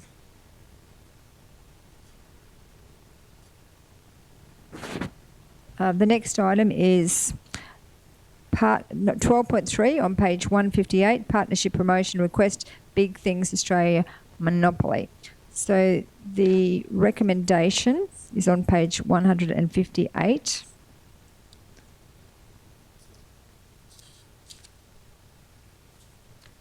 And the officer's recommendation is that South Bennett Regional Council enter into a partnership agreement for Kingaroy's Big Peanut to be included in the Big Things Monopoly game and Top Trumps. Number 2, delegate to the Chief Executive Officer to negotiate the terms and enter into the agreement. So someone like to move that? Councillor Potter. Someone to second that? Councillor Erkins. So I might just hand over to Beck, Manager Beck, to just give an overview of what that means. Thank you. Through you, Mayor, Council has been approached by Winning Moves, who develop different themed Monopoly games, and they're currently developing a Big Things game. So they've asked a few councils around Australia to see if they want to be involved, and they were aware that we had a Big Peanut, so they asked us directly if we wanted to be involved. Their proposal is that we enter into an agreement with them. The Big Peanut will be featured on the board of the Monopoly game, and also a game called Top Trumps, a card within the Top Trumps game. The cost, there's various levels of partnerships, so we've got bronze, silver and gold with the various costs involved. As part of that cost then, my understanding is that council then receives a certain number of games to then sell within our region. So I would expect that those games would be sitting in our visitor information centres and those sorts of local council operated facilities, so they'll be consoled to the general public. The bronze level membership partnership is $13,845,000, but we receive 300 bundles of games for that, and that's just one board on the Monopoly game and also one Top Trumps card. I have to say that very slowly. The silver level of sponsorship is an additional community chest card, and then which is $18,848.75. And then the gold one, you get to feature on the cover of the board game, on the box. That's it. Thank you. We receive 500 bundles of the games for that, and that's nearly $22,000. So that's, if anybody has any questions. Yeah, I think it's quite exciting. What it doesn't say here is how many they plan to sell. Like, will you go into every Toy World and Kmart and Big W, and will they be on the shelves? They don't seem, or do they just produce it and give so many to each peanut and mango, and none others are produced? Yep. Through you, Mayor, it's just for, it's not being sold in shops. Right. It's just sold through our visitor information centres and our facilities. So it's not actually readily available in the shops. Oh, that's a bit of a shame. Yeah. So we don't get a huge amount of publicity for it. Oh, I've sort of gone off it a bit more now. So, Councillor Erkins, did you want to? I was just going to try and work out how much 300 by $80 will take a while. Just a breakdown then is that it will, for the 13,000, just under 14,000, with the 300 games, it's about just over $46 each per bundle. So that's a Top Trumps and a Monopoly game. With the recommended retail prices that Winning Moves has provided to me as a guide, the income would then be just over $90,000 per bundle. So there is a potential to make our money back, but it depends on how many we sell and how long it takes to sell them. So with the recommendation, we probably need to add what level we want to go to. Otherwise, it's just up for grabs. The CEO could just go crazy and spend way too much money for us. So, Councillor Potter? Yeah, look, I do like this idea. Little bit sadder now that it's not going to be sold in shops, but I think we can make the best of this. But I really think just the lower the bronze, just with the card that we had discussed earlier. Yeah, I am a cheapskate. But that's which is what, the 13,000 I think you said. So I'm okay with the smaller one, but I don't know whether I'd be happy going up any higher than that. Did you want to just have a dot point, an extra dot point to say that we want to go with the bronze? Did you want to move that like as an amendment? Well, if we are going to do that, I'll just ask, well, you're the mover, and Jane, Councillor Erkins, are you happy to we just add that as a extra dot point that we go with the bronze? Can we just have a quick discussion on whether we want to go a little more? Because 300, I think 300 would sell fairly quickly, because I think people would, I'd buy them for my family who don't live here. I'd pay up to $100 to send it as a trophy, what's name to my family overseas.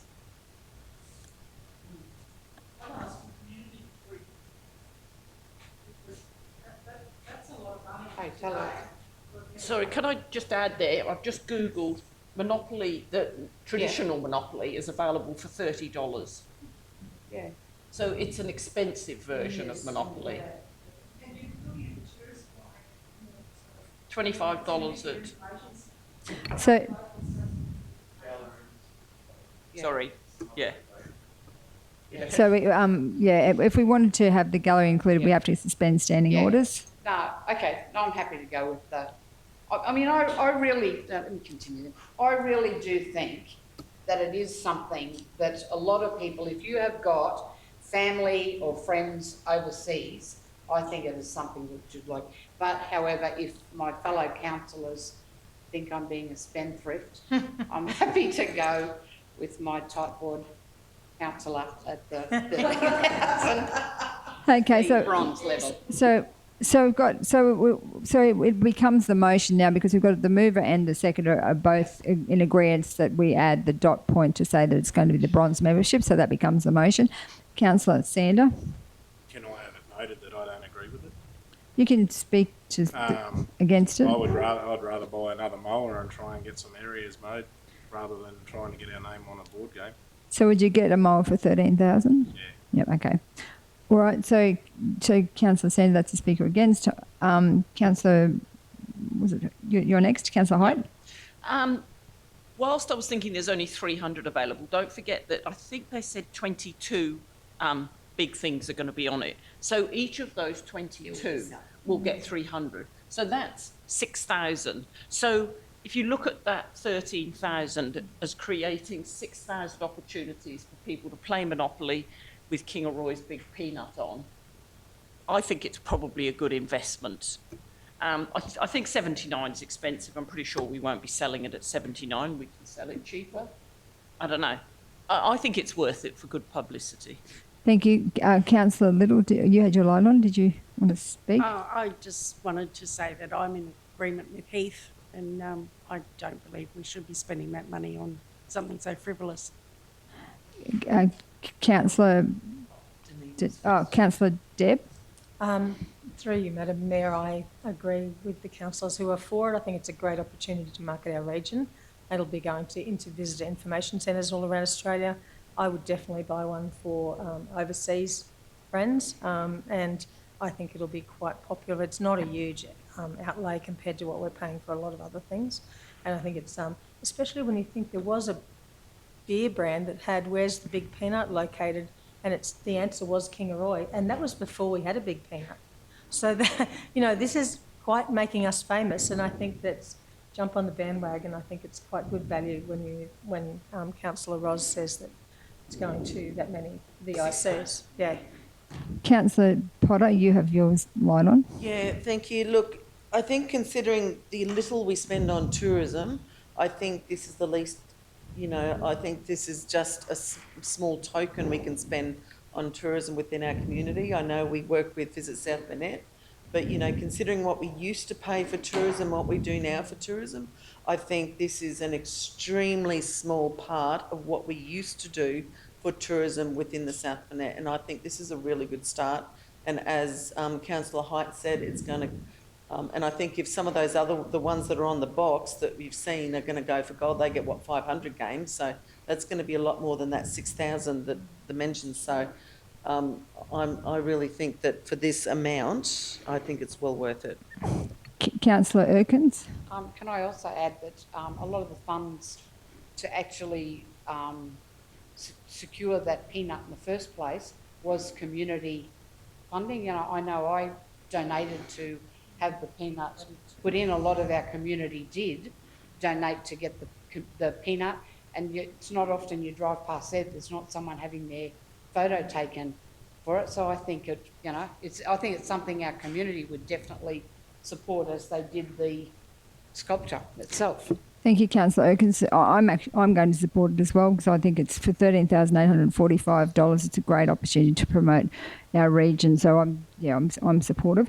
Any other questions or thoughts or statements, Councillor Height? It'll be a little frivolous, but Wondai does have a big emu, so we could pay 26,000 and have the big emu and the big peanut. And Nango's got a big bucket. And a big bucket. Oh, we could go wild. Maybe we'll just settle for one. Maybe we'll do our own book. Okay, so thank you. So it's been moved by Councillor Potter and seconded by Councillor Erkins. I'll just read it out because we've added an additional dot point. So that South Burnett Regional Council enter into a partnership agreement for Kingaroy's Big Peanut to be included in the Big Things Monopoly game and Top Trumps. Number 2, delegate to the Chief Executive Officer to negotiate the terms and enter into the agreement. And number 3, select bronze membership package. So are you ready to vote? Put it to the vote. All those in favour? That's 1, 2, 3, 4, 5. All those against? Councillor Little and Councillor Sander are against. So it's carried. Thank you. Now we're moving on to item 12.4 on page 165.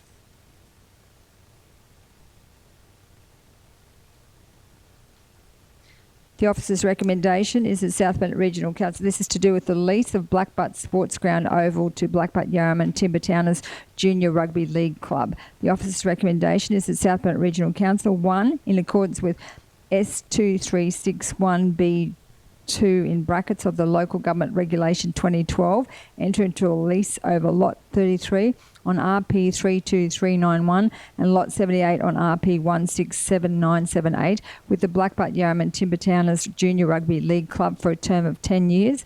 And number 2, pursuant to S2571 in brackets B in brackets of the Local Government Act 2009, delegate to the Chief Executive Officer the power to negotiate, finalise and execute the lease with Blackbutt Yarraman Timbertowners Junior Rugby League Club on terms and conditions the Chief Executive Officer reasonably considers are satisfactory to Council. Would someone like to move that? Councillor Little and seconded by Councillor Potter. Any discussion? Councillor Erkins. I may be in the wrong spot again, Mr. CEO. The dispute resolution for the for future leases, I would like to see that put in all our leases that, the dispute resolution clause. So do we need to put that as an amendment or do we just... I'd say part of the motion. Part of the motion, yes, add dispute resolution clause to lease. Mr.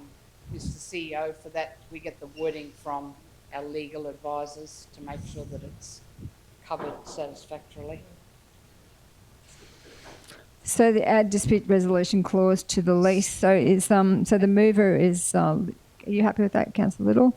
And the second is Councillor Potter. Are you happy to add that dispute resolution clause? And if I can just go into the reasons for that, we have a number of organisations that over the years that have disagreements with other people using their grounds, and some of them, sitting from an outsider point of view, appear to be quite petty, but they can't sort them out between themselves. So if for this to allow for council to act as a a body to make some decisions on that.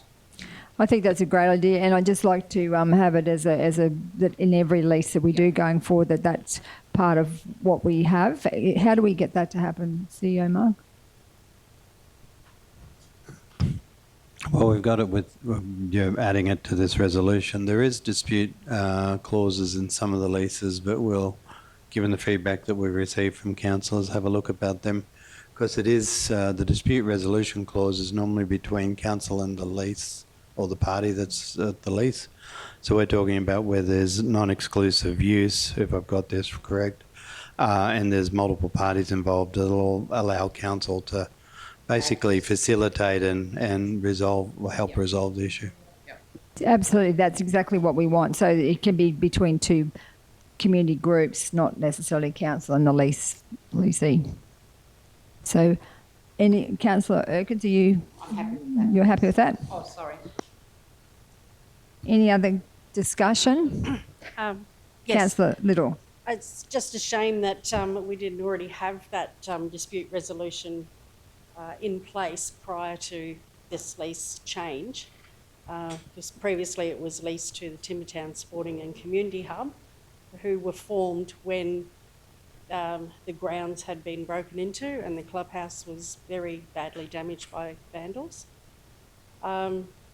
And the club and the grounds had not been used for a minimum of 7 years prior to that. So anyway, there was a dispute between the football club and the Timbertown Sporting and Community Hub on who really had ownership of the facility, and the hub decided to pull out of the lease that we had and gift the whole thing back to the Junior Rugby League. So we wish them very well in the Junior Rugby League seasons ahead, and they have a wonderful committee, and I know that they're going to do some great things. Thank you. Thanks, Councillor Little. Any other discussion, any other comments? We're ready to vote. So we've added that third point of add dispute resolution clause to the lease. So put it to the vote. Oh, Councillor Sander. Can I just say that it's not, this dispute isn't the one that's in question. There's multiple community groups that are having disagreements, so it's not pointed at this individual one. It's across the board. We will want to try and put that dispute resolution in place for all of them. So I think why it's good to have it in there is because there's an expectation that council can step in, but in a lot of cases we don't have that authority. But if we have this in that resolution, we would have the authority to actually step in. So there's certainly some other leases that would be great to have that included. yeah, I just wanted to point out that it's not aimed at Yarraman or down the Timbertowners or any individual group. It's just, we're just trying to tidy up loose ends. Thanks, Councillor Sander. Any other discussion points? Put it to the vote. All those in favour? Against? Carried. Moving on to item 12.5 on page 170. This one here is a development permit for a reconfiguration of a lot. So the officer's recommendation, where is it? Is that council refuse the development application for reconfiguring a lot. CEO Mark, do I read this one out or do we wait to see? Because I know that we're not going to. Thanks, Mayor. So the recommendation is a refusal. Now, we understand council may have an alternative resolution, so we have some wording we can put up, but that's the officer's recommendation. It's for a refusal. So I'll read the officer's recommendation out, and then if someone wants to move an alternate recommendation, please do so. So the recommendation is that council refuse the development application for reconfiguration of a lot, one lot into two lots, and at 220 Wild Deer Drive, Toromeo, in brackets, and described as lot 457 on SP 138384, end of brackets, for the reasons contained herein. So note, the applicant was requested to consider withdrawing the development application within the initial assessment period and and an advice notice was issued to the applicant stating council officer's position of being unable to support the proposal due to conflicts with the planning scheme within the information request period. The applicant opted to proceed without providing any additional information. So I'll ask that someone move that recommendation, or if someone wants to put an alternate recommendation forward. Councillor Potter. Yes, I don't have the wording, but I'd like to change that recommendation and actually support the, okay? So we've got, You want to move a different motion? I want to move a different motion. Okay. so we're just waiting for the wording.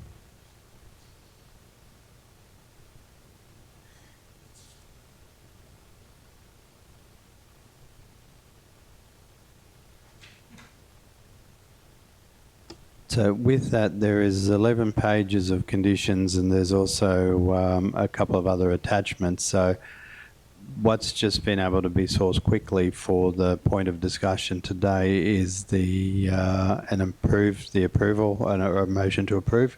We will include all the attachments and the 11 pages of conditions in the actual full resolution, Mayor. Just the time, it'll take us 10 minutes to load it all up. Thank you, CEO Mark. So, Councillor Potter, did you want to move an alternate motion? Yes, I'd like to move that the council is. Sorry.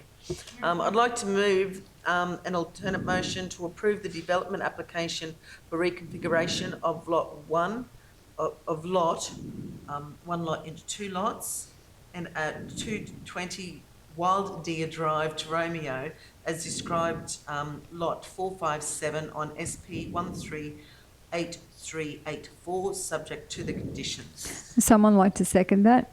Councillor Can I just, Little? Yes. Can I just say that I'm really not happy with even voting on that motion if we're not, the conditions, how do we know that those conditions aren't too onerous? So I might just, so we're just going to, we've got a mover and a seconder, and we're just going to go to the, that's a question. So, I just would like to. oh, sorry.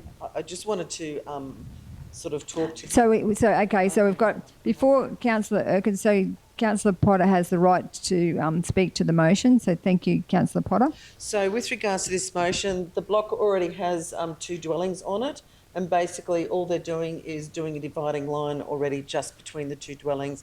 It's not going to change what the property is already being used for right now. Councillor Sander. Yeah, I believe that that's what I was going to say. Was that there's history behind this, I believe, and there's it does go against the planning scheme, and that's why it was recommended not to receive it and approve it. But yeah, I'd be interested in either laying it on the table and finding out what those conditions are going to be, because I wouldn't like those conditions to be over the top. So I'd like to see what those conditions were going to be before we voted on this. So, so David, are you able to provide a list of those conditions, or? Mayor, it's going to take us 5 minutes just to load them up. That was my point. The actual, and Councillor Sanders correct, is that there's stock standard conditions for the development up. So if we can get them, Helen, if we can put those front 11 pages in there, please. It's a timing issue. Laying it on the table will be a deemed refusal, because your time frame will be up. So, which is the actual and fair. I understand the points about the conditions. The application is not consistent or compliant with the planning scheme, so its position should be refused. So that's the first point. Your onerous conditions, it has to be good planning grounds, so the conditions in the alternative resolution has been written up to try and actually find a solution to allow this to happen, which is the councillors moved. So, yeah, it will just take us a few minutes to get this all loaded in. So while we're waiting for it to be loaded in, I might get David to just explain about what options we have. I know that you've recommended refusal because it doesn't fit with the sizing and it's a rural zone, but just there's conditions, if you could just outline if we go with the alternative one, what sound planning reason do we have to actually approve it? So if David could make some comments, thank you. Through you, Madam Mayor, the conditions package that's been prepared are a standard set of conditions for that, typical of that type of development. Just because it was recommended for refusal, the conditions package would be no different than any other application that would have been recommended otherwise. The conditions that there is are what we would call under the Act are reasonable and relevant for the approval. So there's nothing extraordinary or out of the usual in the conditions sets package. As part of the package, there are, should council wish to support the application, there are reasons that for supporting the proposal, and they're part of the package which outlines reasonable grounds for council to consider an alternate motion. Councillor Erkins, thank you, David. Thank you, David. For me, for my reason for voting is because I felt that is in an area where there are already subdivisions. I think we discussed with David what was in that area, and so long as if we were to approve this, so we've got no time, so that is also a little concern to me that we have to make a decision here and there. So if we go with that, Mr. CEO, if the conditions turn out to be for the people that are doing the subdivision, if they have an objection to that, do they have an opportunity to ask, to come back to council? Did the email not get through yesterday with the conditions on it? So did that didn't get through? It was okay. There'll be a negotiated decision. There's a standard period of time for a negotiated decision, so the applicant can come back at any time. There were submitters to the proposal, but I believe they were all in favour. So the submitters would also have an appeal period. So given that council's now going to put an approval up, you would hope and expect that they wouldn't lodge an application or appeal against it. But yeah, certainly there'll be a negotiated decision period. I'm just, I know, as I said, for my reasons for doing it, I just want to make sure that they do have an opportunity, if the terms are unsatisfactory to them, they have an opportunity to appeal it. Thank you. Councillor Hyde. When I first looked at this, I thought there's no reason not to divide this into two lots. I don't have a problem with it. A little frustrated reading the report when it says that council issued an information request to the applicant, and they provided an information response saying, we're not going to give you any more information. So it's a little annoying when people who want to develop land, if we ask them a question, if they work with us, it makes it a lot easier. So this could have been resolved if they had actually engaged in some dialogue and come up with the alternative. I don't feel comfortable voting on something when I haven't seen these conditions. So I'm actually in favour of laying it on the table with Councillor Sander. It's deemed as a refusal. Them, won't they? No, it's deemed as a refusal because of the timelines. Yeah, I know, but... So the Councillor Potter. I'm just wondering, because the councillors would like to, through you, Madam Mayor, they would like to take some time to read through the conditions. I'm just wondering if we can go on to the next agenda item. Postpone it till after lunch. Can we postpone this one till after lunch? Is that possible? So it's already been moved and seconded. So that's the are we able to do that? So that's a procedural. Is that a procedural motion? A procedural motion to lay it on the table until after lunch. Councillor Potter has moved that. Someone to second that. Councillor Hyde. There's to be no discussion on procedural motion, so I'll put it to the vote. All those in favour? Against? Carried unanimously. So that one will stay on, lay on the table till after lunch. So moving on to item number 12.6, which is on page 191.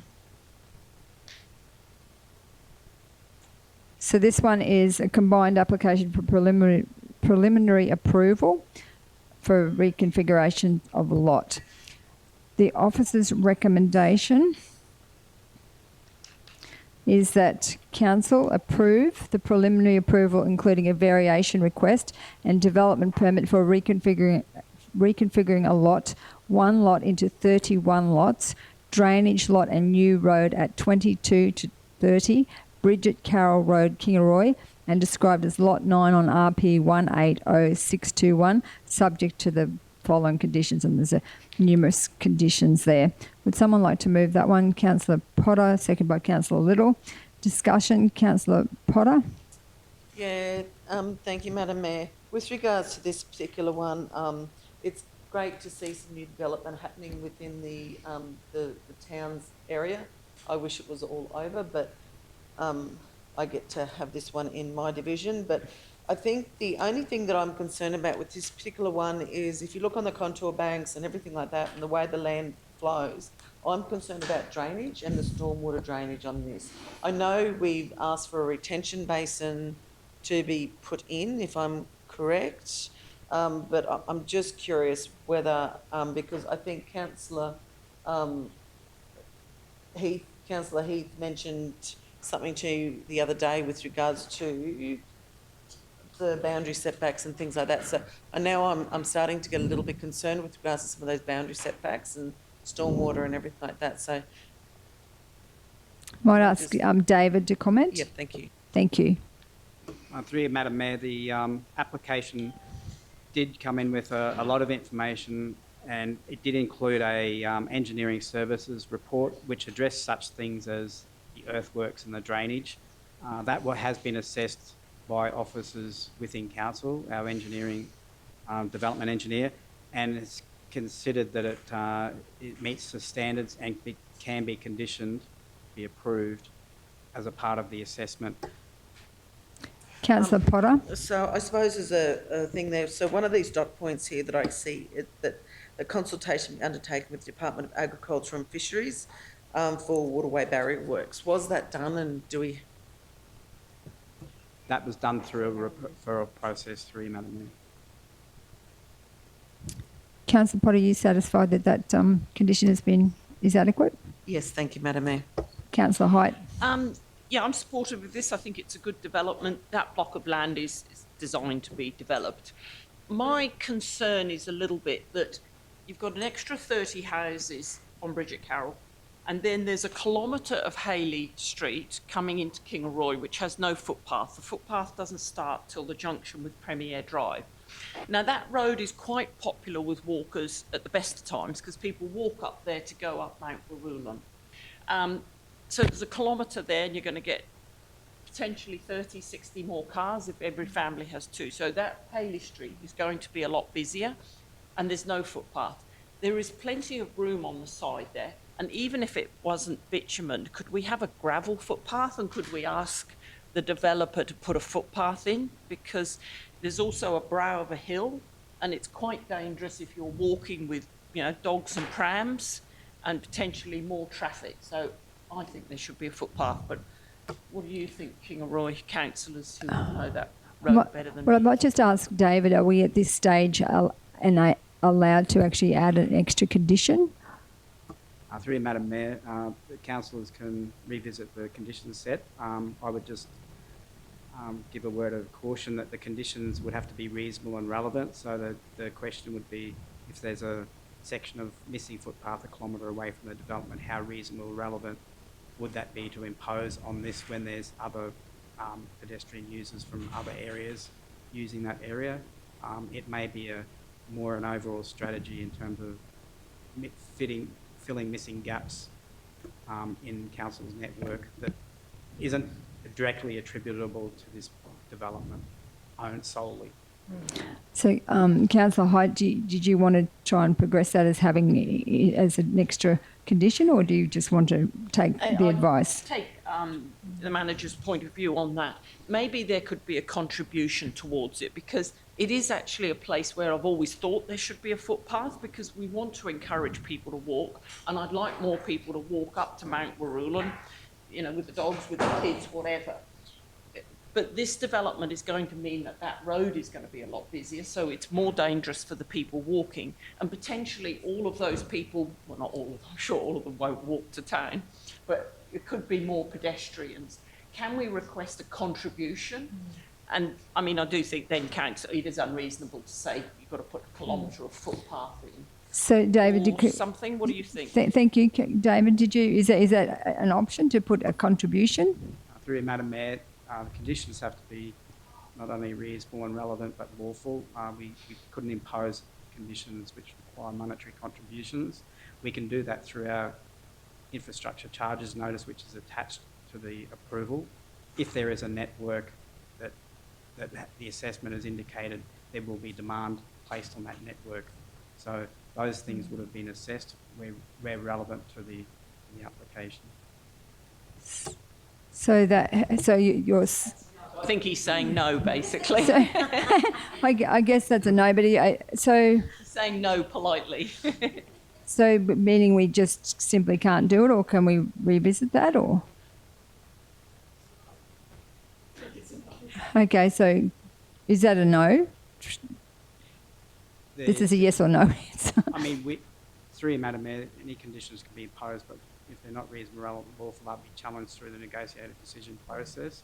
We do have a infrastructure charges notice, and we can charge for things like not only water supply and sewage, transport. Transport, does that include other facilities? Parks and community facilities, stormwater. But unless we have a network, like a pedestrian network specifically, that we can't levy a notice to include things that aren't covered in a network as part of the network. So that infrastructure agreement is part of this approval, or is that something that's negotiated later on? Through you, Madam Mayor, the notice I was referring to is the infrastructure charges notice. There is no agreement. This is a notice that is issued with the decision notice. As part of this application. Thank you. So I guess that is a no. Sorry. So can I just add to that? So I think it is a no. I still think it's good, to potentially have 30 more ratepayers coming to the region, and maybe we consider it in the future. I think under sporting grants, we should be able to get a footpath to Mount Warulun because it is a facility. So we might have to wear that. And, so I'm happy with David saying no in various iterations, but all of them were no. Particularly now we've got a grants officer that's an opportunity to apply for grants for that footpath. So, Councillor Sandra, I think you had your light on, or was it Deb? Councillor Deneen? Through you, Madam Mayor, I'd like to agree with what Ros said. Before I came to council quite a long time ago, when Ros was a councillor, I took her for a drive along there, and I said, as our farmers pass there are so many people walking on there, walking with their dogs, walking late at night, walking with their children, and it really is a place that we need to look at for the future for a footpath.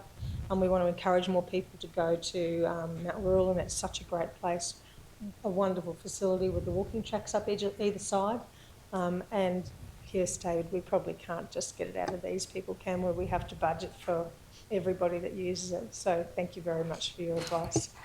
So, CEO Mark, can we make note of that we want to look at potential grants and a capital works upgrade if we can't get a grant? Thank you. Councillor Heath? So on page 195, I'm all for expansion. I'm all for town needs more blocks, more residential area. I'm supportive of this, but there is some concerns in regards to the stormwater management. And after looking at the maps and plans and that yesterday, came up with some of the discharge points. I don't want it to affect the previous houses that are there, the existing ones. On page 195, under the stormwater management, it says, the last sentence in there, it says it is expected. So there's been a report done by engineers, and then it says in the last sentence, it is expected that detailed design of this stormwater infrastructure may result in changes to the proposed road reserve widths, drainage infrastructure and easement extents.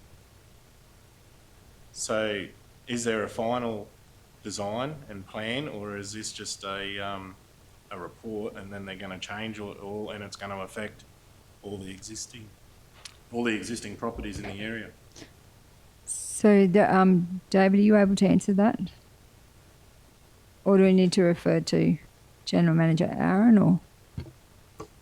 Madam Mayor, the designs are done for the proposal, but the final designs can change if things change within the proposal. Lot layouts might slightly change, or their initial designs that are done, but the final designs, there can be nuances and changes if the final designs, when they're prepared, or there are impacts on those final designs.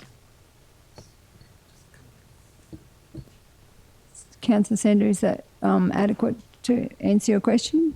So then in the next sentence, it also, like it says that they are to ensure that there is no increase in peak discharge rates to downstream properties. But then it also says that any drainage works are required pursuant to section 145 of the Planning Act 2016. So to me, like, is the final design going to alter a lot, or is it going to, like, I think the people that live in those areas will want to know exactly where this is going to be discharged and what it's going to cause.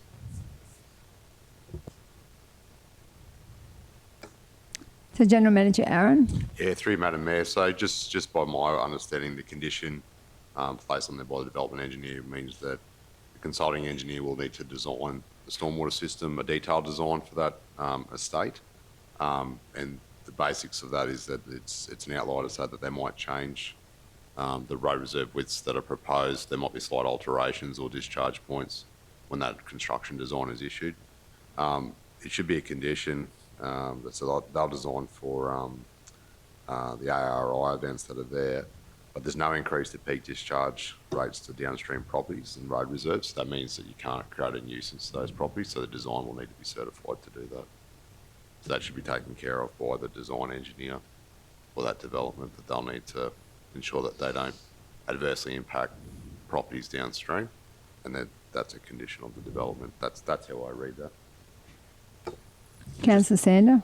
Just trying to protect the existing houses and that are there with the rain events that we've had in Kingaroy and around the area. I just want to ensure that we don't cause extra problems downstream by, adding to it. Thank you, that's fair. So is it it's not our design engineer, it's a consultant design engineer. So then do we check that and make sure that we're happy with it, or is it just a given that if he signs off on it that can go ahead? Yeah, through you, Madam Mayor, that's right. So they'll have their RPEQ, we'll certify the design, and they'll need to demonstrate that they meet those conditions. And if that's not achieved, then that'll be a matter for council to follow up on.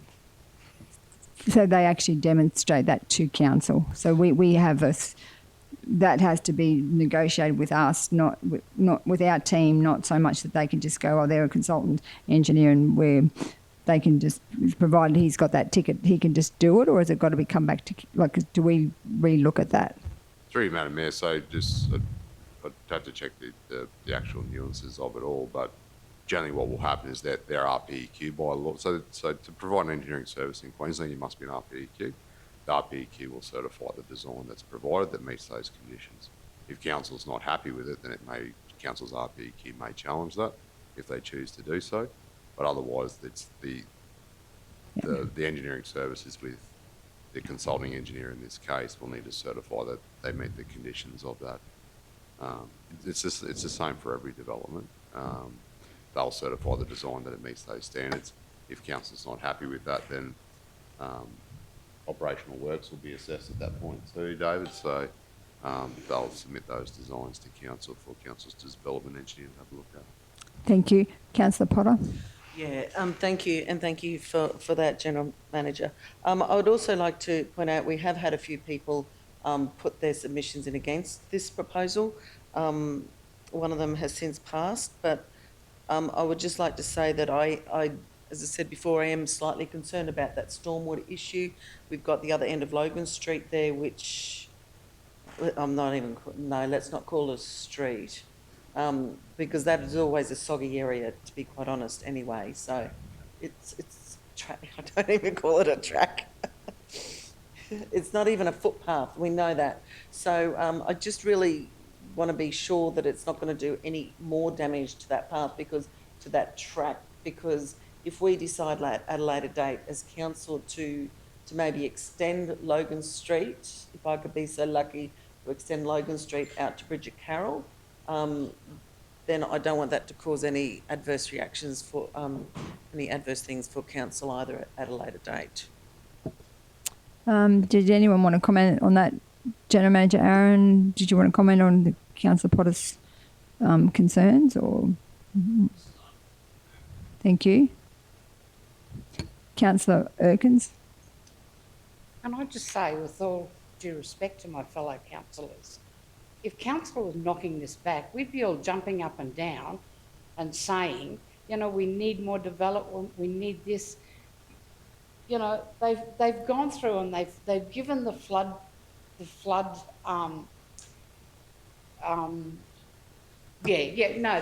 worked it out for where the water's going to go. You know, surely, I mean, on the one before where we went against their recommendation, I feel we had good reason. But in this one, are we just nitpicking? I mean, we're saying that we want to get things done.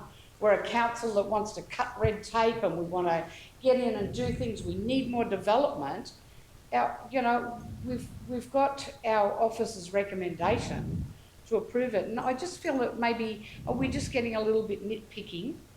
And, you know, should we be going with their recommendation? So I thank you, Councillor Erkins. I think that the councillors have a right to question that because there's been submissions against the development. There's concerns about the drainage. So I think that given what's happened in the past with some other applications going through, and then further down the track, the councillors have to deal with the people who are suffering the fallout.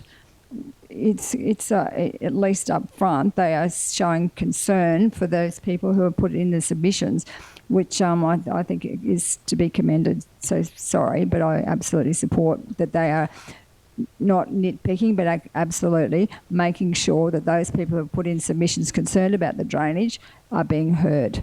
Councillor Sander? You've hurt my feelings, Councillor Erkins.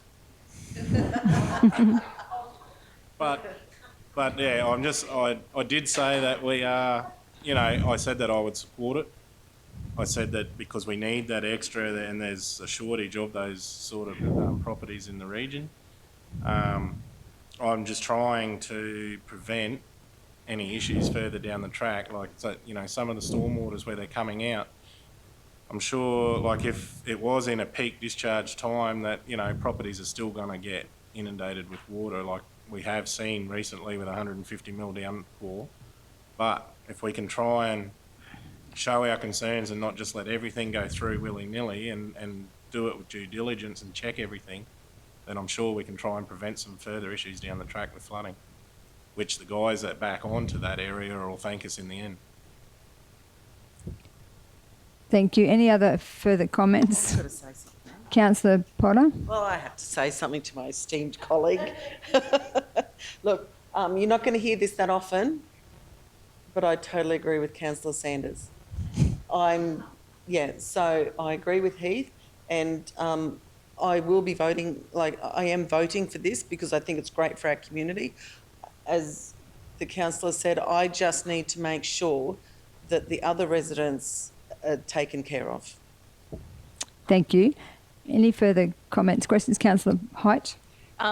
You know, looking at the design with the drainage basin and retention basin and dam, I don't think the water is going to be a problem. Just one other question, with town water is going to be connected to this. Do we have enough pressure in that outlet of the town water? Presumably we do. Does that need any adjustment, or will that go up there enough? General Manager Aaron? Through you, Madam Mayor, I assume so, Councillor. So, We'll find out. yeah, I'm not across the water supply for there, but obviously the team have a declared water area which would be inside this area. So any design for that would be checked through by Justin through to the water team to make sure that it's adequate as a condition. And that's generally where the water main is help sized as well, is my understanding. Thank you. Any other questions, comments? We're ready to vote. I just needed to.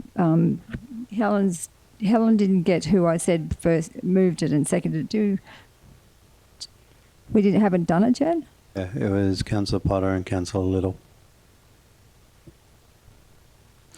So it's been moved by Councillor Potter and seconded by Councillor Little that we approve the preliminary approval as tabled. So I'll put it to the vote. All those in favour?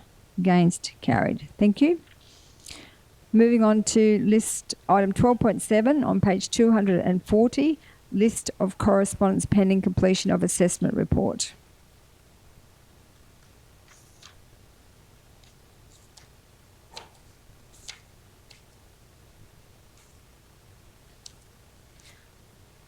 The officer's recommendation is that Council receive and note the list of correspondence pending completion of assessment report as of the 31st of December 2024. Someone to move that. Councillor Little, seconded by Councillor Hoyt. Any discussion, questions? Ready to vote? Put it to the vote. All those in favour? Against? Carried. Moving on to delegated authority reports on item 12.8 on page 243. The officer's recommendation is that Council note and receive the delegated authority report for the month of December 2024. Someone to move that. Councillor Little, seconded by Councillor Potter. Any discussion, questions? Councillor Sander. With the RAL 240033 was there any submissions or any correspondence back in relation to the conditions on that one? David. Councillor Sander, I'd have to take that on notice and come back to you. I don't have that information in front of me. So that's going to be a question on notice. You happy with that, Councillor Sander, that Manager David comes back to you? Yeah. Any other questions? If not, put it to the vote. All those in favour? Against? Carried.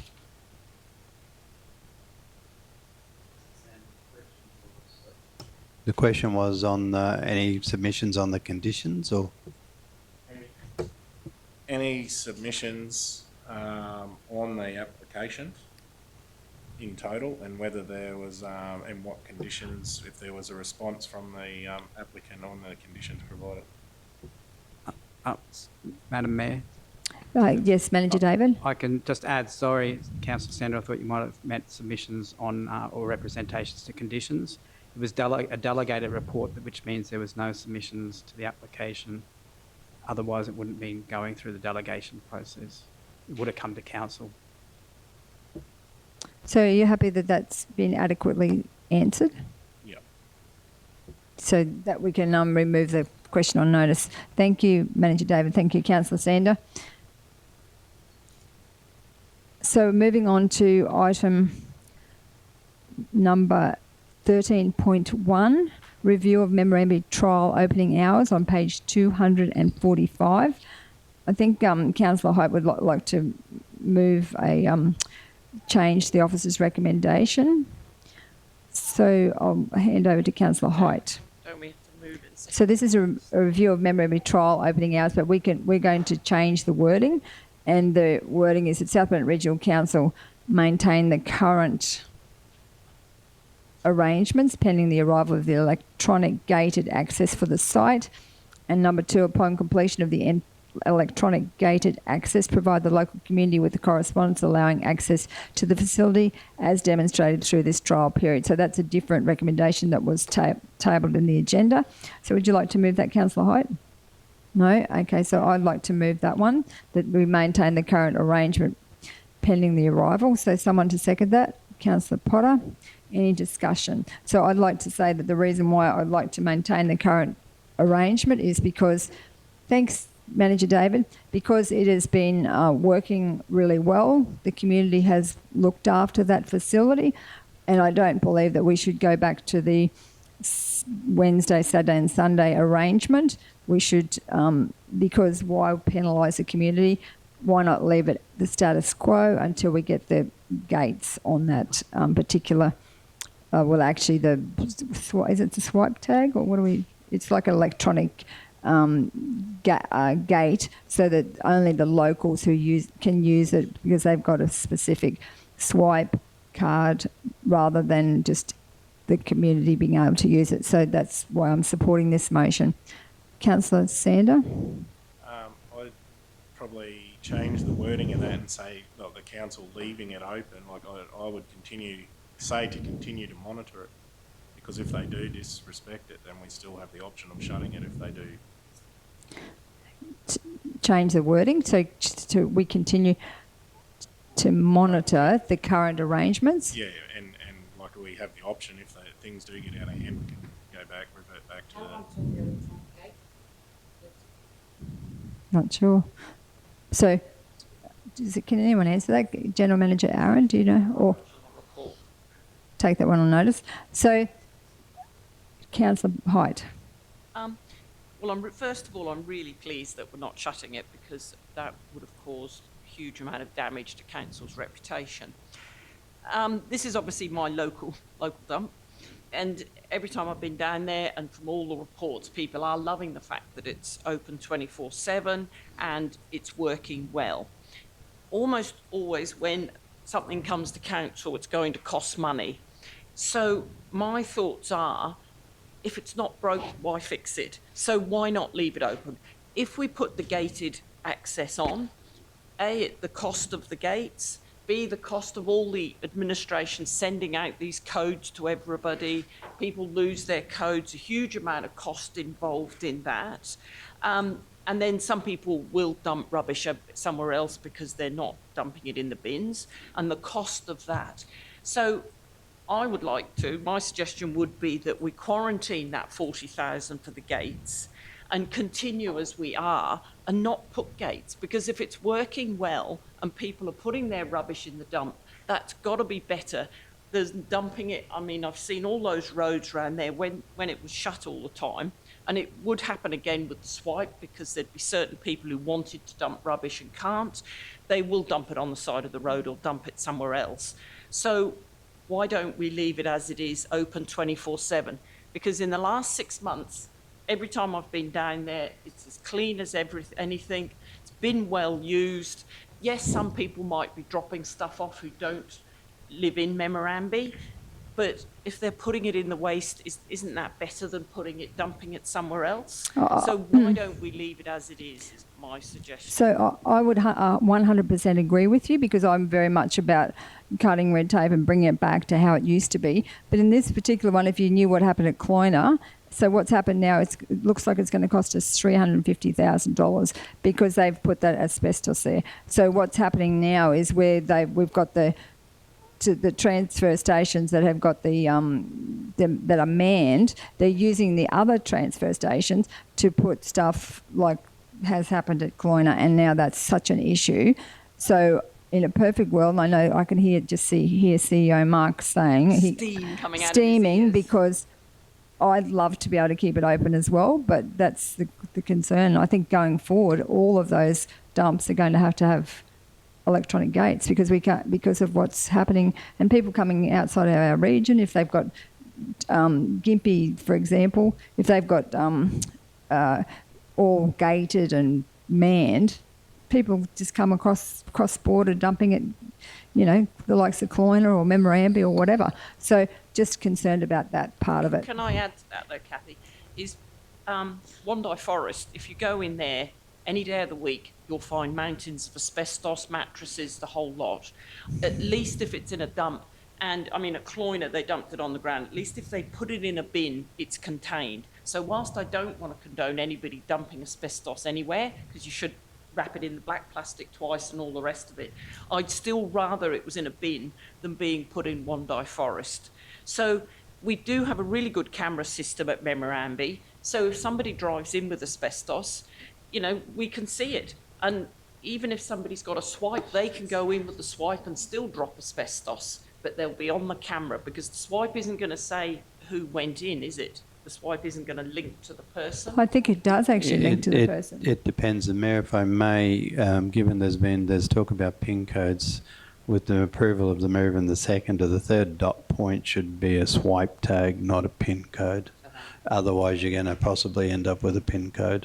Okay, so I'm happy to. So if that's council's desire, and certainly taking Councillor Hyde's points on board, but where we've got illegal dumping and at Cloyna, it comes up. It's not just, yes, there was a big pile there, but there is other contaminants through the site. The department is enforcing the regulations, and as we tighten up on some of those more remoter transfer stations and sites, I can foresee that every one of our transfer stations, if we're going to keep them open, will be fenced and gated. So is this another one of my questions where the answer is no? Yeah, well, probably, yeah. Mark. To maintain our compliance, and like it's an area that we still continue to need to work on, and it's terrific that the community has been respecting it.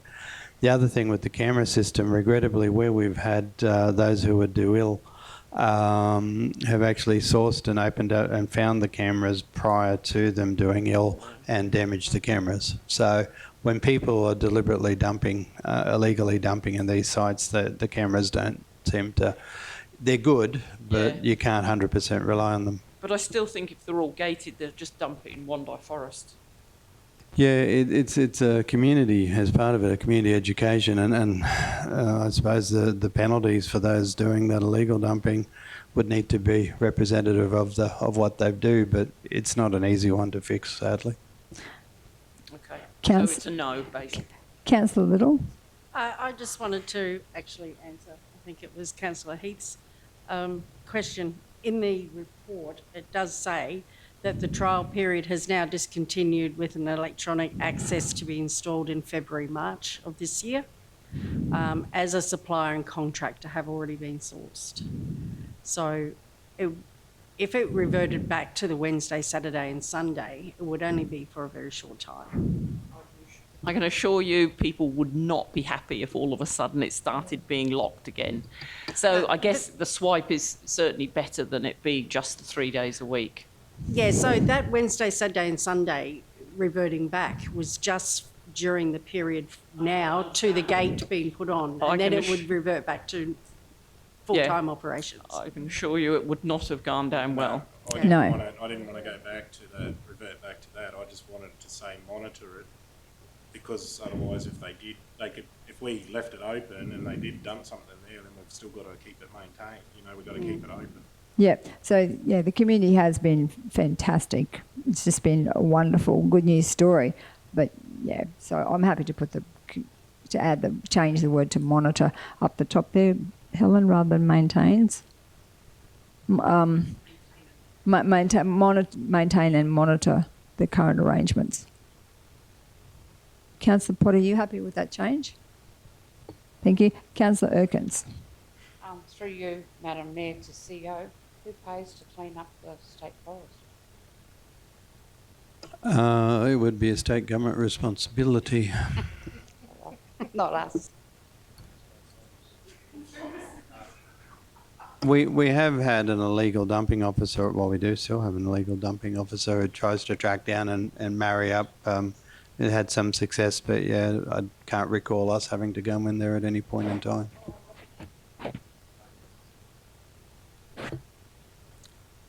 So the question down the bottom is how long until the electronic gate is installed? So that was February, March, yes.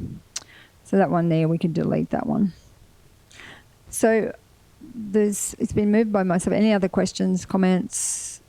Are you ready to vote? So it's been moved by myself, second by Councillor Potter, and we've just added the down the third dot point is the electronic gates to be operated with a swipe card rather than a PIN code. So everyone ready to vote? Put to the vote all those in favour. Against, carried. Thank you.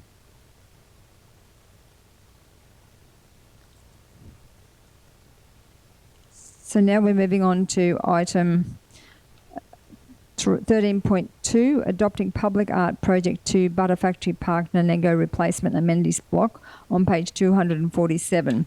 The officer's recommendation is that South Bennett Regional Council adopt the public art project for the new amenities block at Butter Factory Park, Nanego, with an emphasis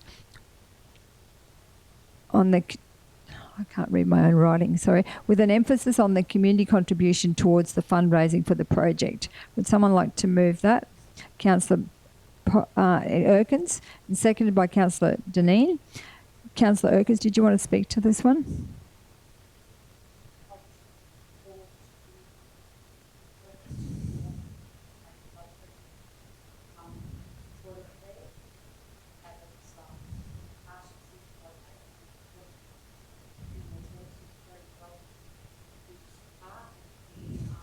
I don't think your light's not on. The artwork on it will be very, very good to show the contribution that the community council and heritage made to the park. Thank you, Councillor Erkins. Any other comments? Discussion? Ready to put it to the vote? All those in favour? Against? Carried. Thank you. Over the page to item 13.3, adopting public art project 1, skate park, Mergen, new amenities block on page 258. So the officer's recommendation is that council adopt the public art project for the new amenities block at the skate park, and we encourage all artists, including Indigenous artists, to apply. Someone to move that? Councillor Sander. Someone to second that? Councillor Potter. Discussion. Councillor Sander. I see here in the report on page 258, it says that council received funding under the state government through minor infrastructure and inclusive facilities fund for the installation of a replacement amenities block. There is no amenities block there to replace.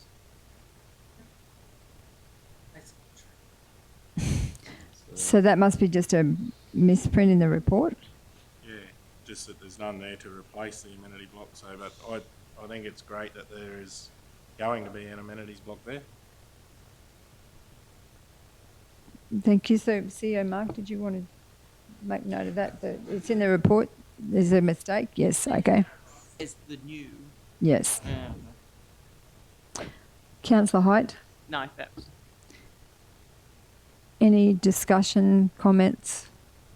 It's been moved by Councillor Sanders, seconded by Councillor Potter. Put it to the vote. All those in favour? Against? Carried. Moving on to item 13.4 on page 269, Bunya Mountains Dingo Stakeholders Group suggestion.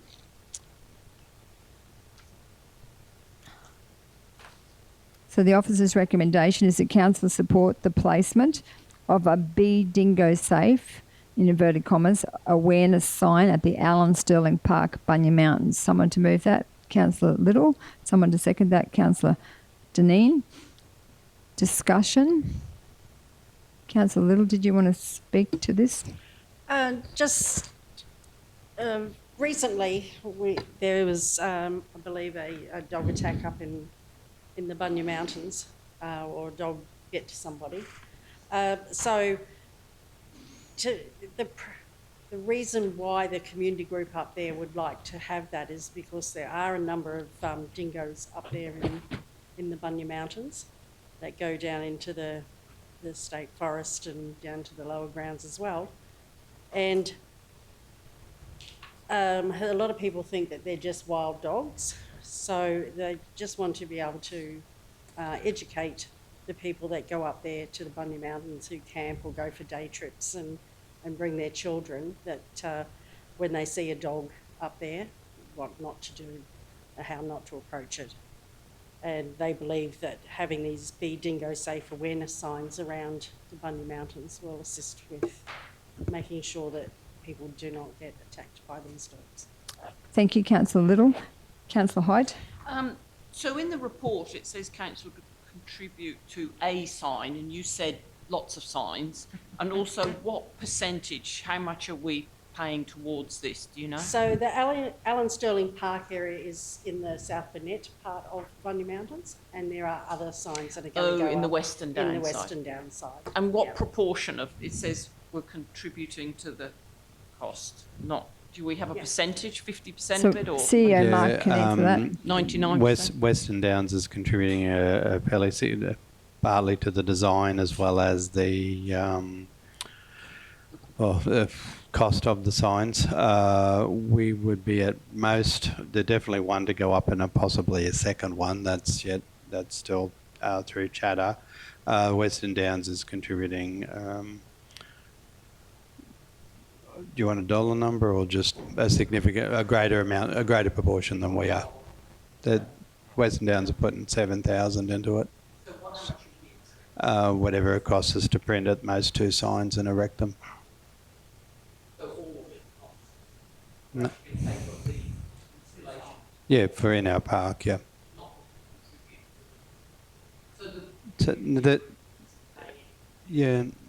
Sorry. Your question is Western Downs or the community group contributing? Western Downs is certainly contributing. The community group is participating. I didn't actually ask for a dollar number from those. Our contribution is to print our sign and erect it. Right. Yeah, thank you. Thank you, CEO Mark. Councillor Deneen. Only recently, I believe, we found out there are black dingo population in the Bunya Mountains. To me, staying up there with the group and the black dingo-looking thing went past right near the hut, I thought, is that a dog that's got away? But it is actually a black dingo breed. Is there any way we can get that information, maybe on the signs, maybe out more, that people don't assume they're dogs and that they are as wary of them as they are of a cream-coloured dingo? I Councillor believe Little? that the community group who has instigated this whole thing actually has that as part of the QR code and Thank you the so knowledge much. base up there. Wonderful. Councillor Sander. Over the last few years, there's been a lot of chatter that the dingoes have been relocated from Fraser Island. Is there any way that we can get this information from National Parks and Wildlife to see if they're actually transferring the problem from Fraser Island to the Bunya Mountains? So, CEO Mark, I might get you to answer that one. We can ask, have I seen anything official? No, but yeah, we can ask. So drop a letter off to them and see what they come back with. Well, it'll be just good to know, like the rumours are out there, it'd be good to get it confirmed whether, they're just moving the problem to the next spot. If there's a problem on Fraser Island where people are getting bitten and now they're bringing them to the Bunyas, problem's still going to arise, it's just relocating it. Thank you. So I think CEO Mark's going to follow up with that one and send a letter and we can get back some information. Any other questions, comments? Are we ready to vote on the signs? So it's been moved by Councillor Little, second by Councillor Deneen. Put to the vote. All those in favour? Against? Carried. So the next item is 13.5 on page 271. So this is council to consider replacement of playground equipment in South Burnett Parks.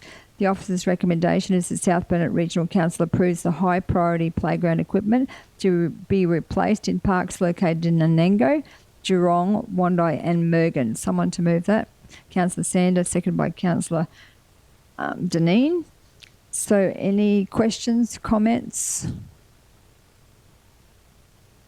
Everyone, Councillor Sander. I think this is probably a good outcome to try and get some of the equipment in these parks have already been removed and some have been ear tagged as being dangerous, so it's probably a good outcome for the residents in those areas. Thank you, Councillor Sander. Councillor Potter?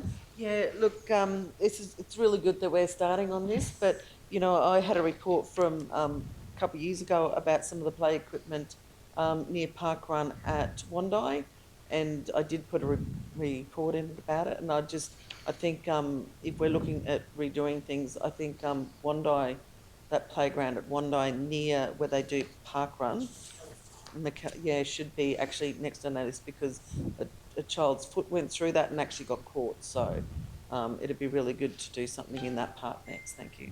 I also think that the park in near the Percy Eastold Pavilion Coronation Park needs some work there too, because it's there's some of those it's not getting used, and it's also probably needs shade over it as well. So I think we need to look at that going forward. Councillor Erkins. I did mention this in a workshop. I don't know whether one need to reiterate here, but I would rather see the Lions Park rather than a combination unit go in there. I'd rather see us look at putting some money into the exercise equipment on the Rosbrega walking track. So with that one, CEO Mark, so we talked about the exercise equipment yesterday, I believe, but so this one, I think some of the equipment has already been ordered, so that. Yeah. So then, can we make a note to look at that exercise equipment going forward, please? You happy with that? We just look at it because there's exercise equipment in Murga that doesn't even get used as well. So we could look at relocating that or upgrading the other one. So yeah, I definitely think we need to look at that. So that's been moved by Councillor Sander and seconded by Councillor Deneen. Oh, Councillor Deneen, you wanting to comment? Yes, I just wanted to say thank you to our staff for doing the audit on the playgrounds because it's really important, and over Christmas when you have grandchildren here, I think how blessed we are to have so much playground equipment. It's a really big job and it's really difficult to find out what's unsafe until your 2-year-old puts their foot through it. And it's I just appreciate what they've done and how we're trying to maintain it. It's a very big job. Thank Thanks, you, guys. Councillor Deneen. Councillor Potter? Oh, sorry. Oh. So any other comments, questions, ready to vote? Put to the vote. All those in favour? Against? Carried. Thank you. So the next, so then we've got there's no questions on notice. Information section, there's none. Mayor, given if we'll probably be easiest just to print out all those attachments rather than try and format it. It's the formatting that takes us the time. So if we print out those attachments, if we break for lunch now, that allows us to print out the attachments, and then come back, knock over the planning one, and then into close, if that works for you. So Councillor Potter moves that we adjourn for lunch, seconded by Councillor Little. Put it to the vote. All those in favour? Against? Carried unanimously. Thank you. Thank you, everyone, for the people in the gallery, but you're welcome to come back. We've got one more item, the planning item, before we then go to the confidential. Thank you.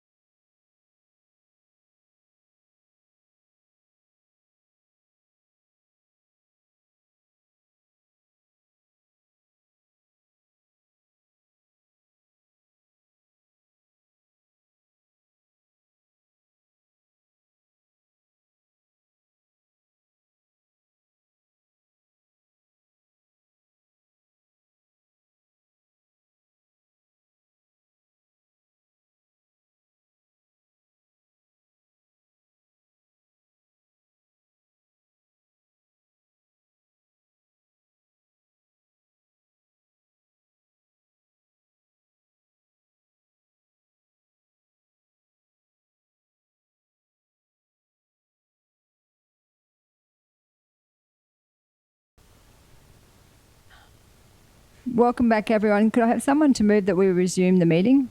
Councillor Potter, second by Councillor Little. All those in favour? Against? Carried. Now that matter, the planning matter, would someone move that we lift that off the table? Councillor Potter, second by Councillor Erkins.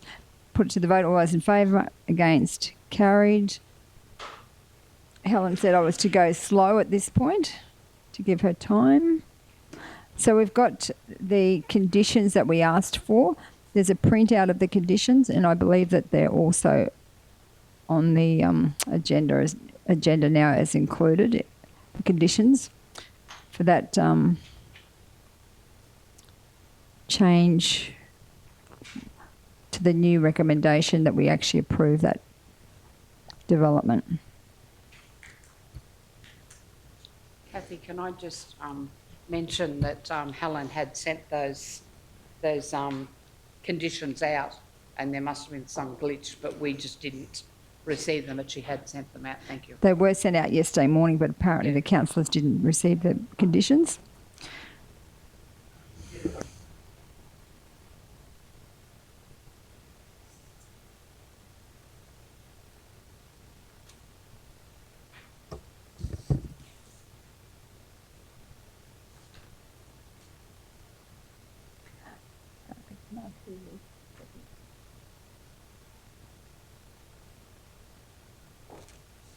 Danita was the first mover. Was moved by Danita and seconded by Linda. I see that one. Gonna cost them. No.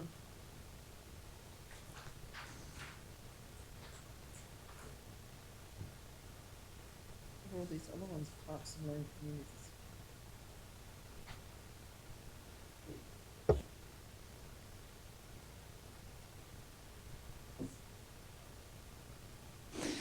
So while we're waiting, this is a development permit for reconfiguration of a lot, subdivision 1 lot into 2 lots at 220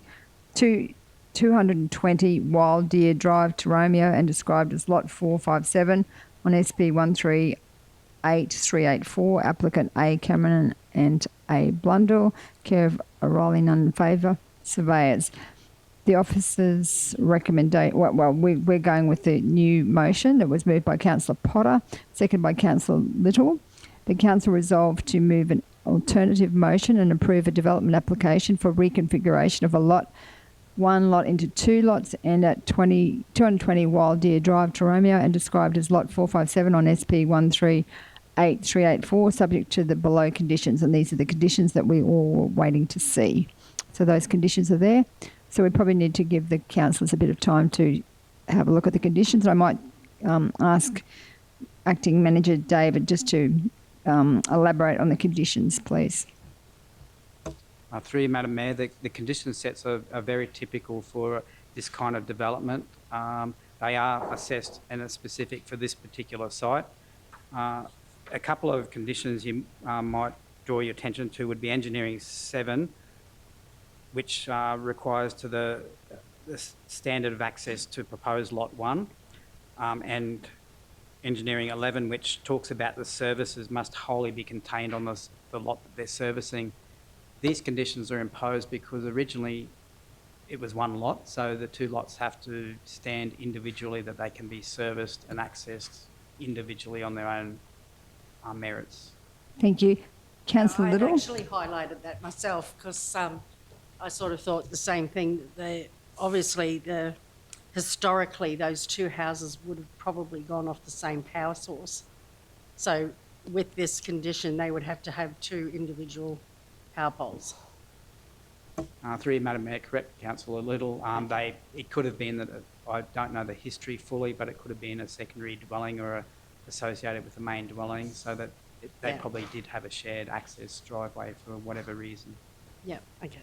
Thank you. Thank you.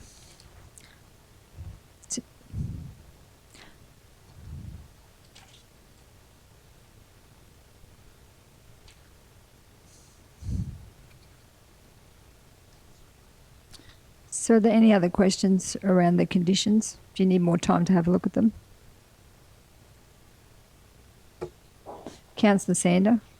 Under the engineering works, number 2, undertake engineering designs and construct in accordance with the planning scheme, standard drawings and relevant design manuals.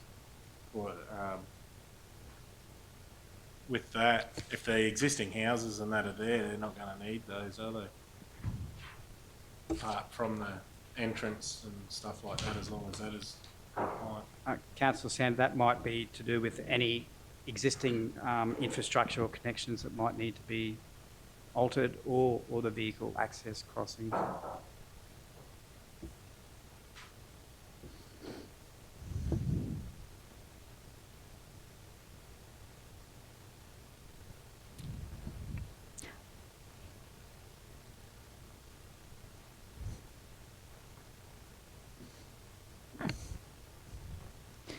Are there any other questions around the conditions, Councillor Potter? Thank you, Mayor, through you. Just a couple of questions. With the details of the calculations, I'm just going through them. Now, you've got the actual price at the bottom is 4419. Looking at this sheet, in that side part with the amount, there seems to be another couple of amounts in there that, like at the bottom of transport, you've got 4820.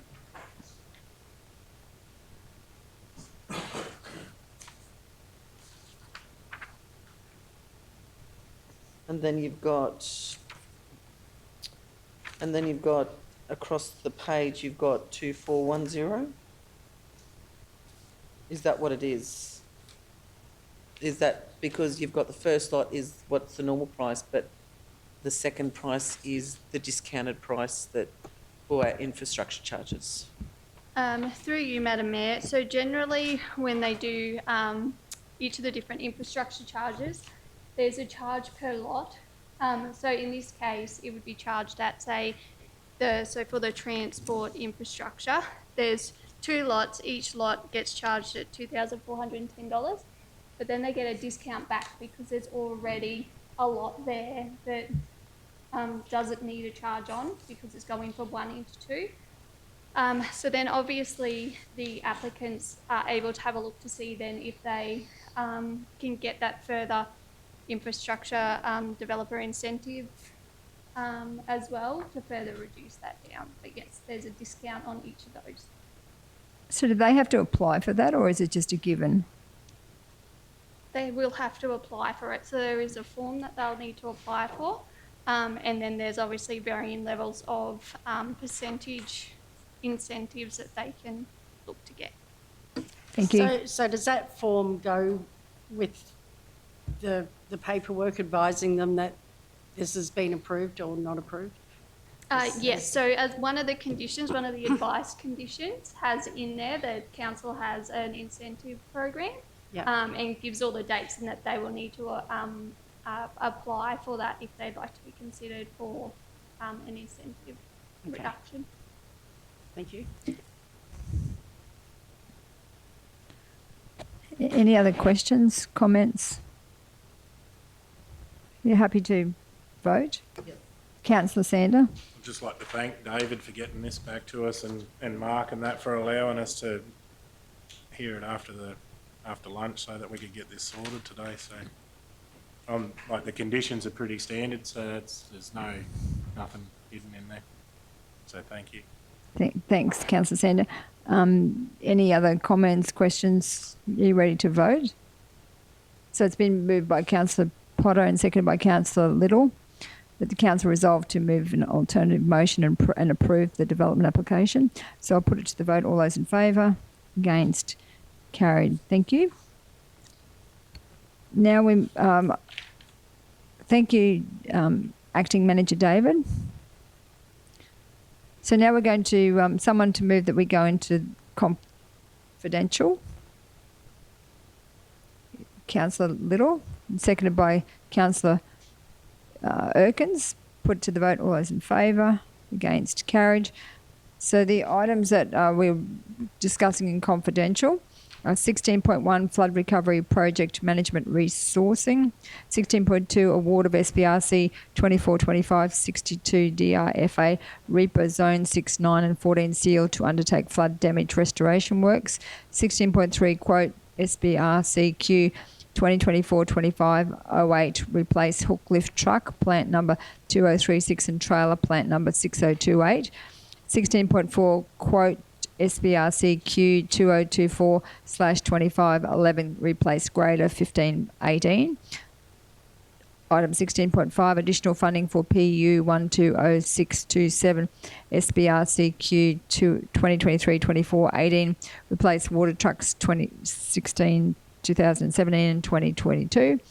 Request for quote evaluations for trunk water infrastructure design, Kingaroy. Item 16.7, South Burnett Community Hospital Foundation Limited Board Meeting Minutes on the 29th of July, 17th of September to the 3rd of December 2024. 16.8, the Visit South Burnett Partnership Agreement, and 16.9 by Edo Partnership Agreement. So move into closed, and we'll start the discussion.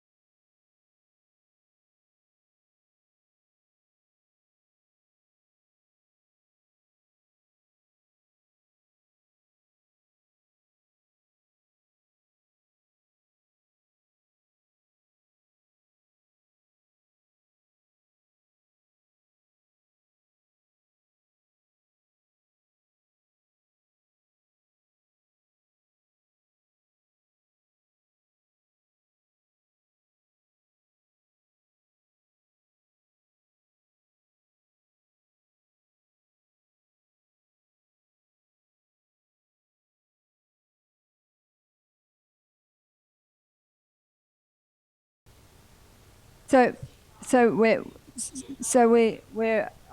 online now. So welcome back, everybody, and just wanted to ask someone to move that we go out of closed. Councillor Potter and seconded by Councillor Little. All those in favour? Against? Carried. Just to be noted that Councillor Sander is not in the room because we are discussing item 16.4, and Councillor Jane is not in the room because they both had a conflict of interest. So item 16.4, and the recommendation is that South Bennett Regional Council replace the existing grader plant 1518 with the following. The council purchased from Hastings Deering 1 CAT 150 for $761,595.06, excluding GST. The expected delivery date is approximately 3 to 6 months. This can change depending on units available at the time of order. Someone to move that? Councillor Potter, seconded by Councillor Little. Any discussion? So this purchase has been considered on the basis of Council's construction program. The power of the machine and value for money over whole of life will align with Council's program. So that's the reason why the recommendation. So any further discussion, any questions? If not, I'll put it to the vote. All those in favour? Against? Carried. Thank you. We'll ask Councillor Sander to come back in.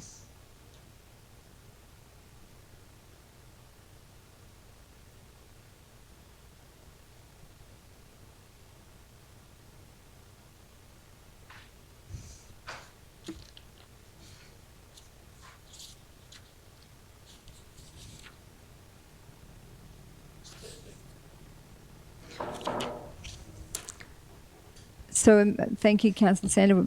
We actually, just for your information, we approved to purchase of a CAT. So You'll now have operators fighting over who's going to drive it. so we're moving on to item 16.1, flood recovery project management resourcing.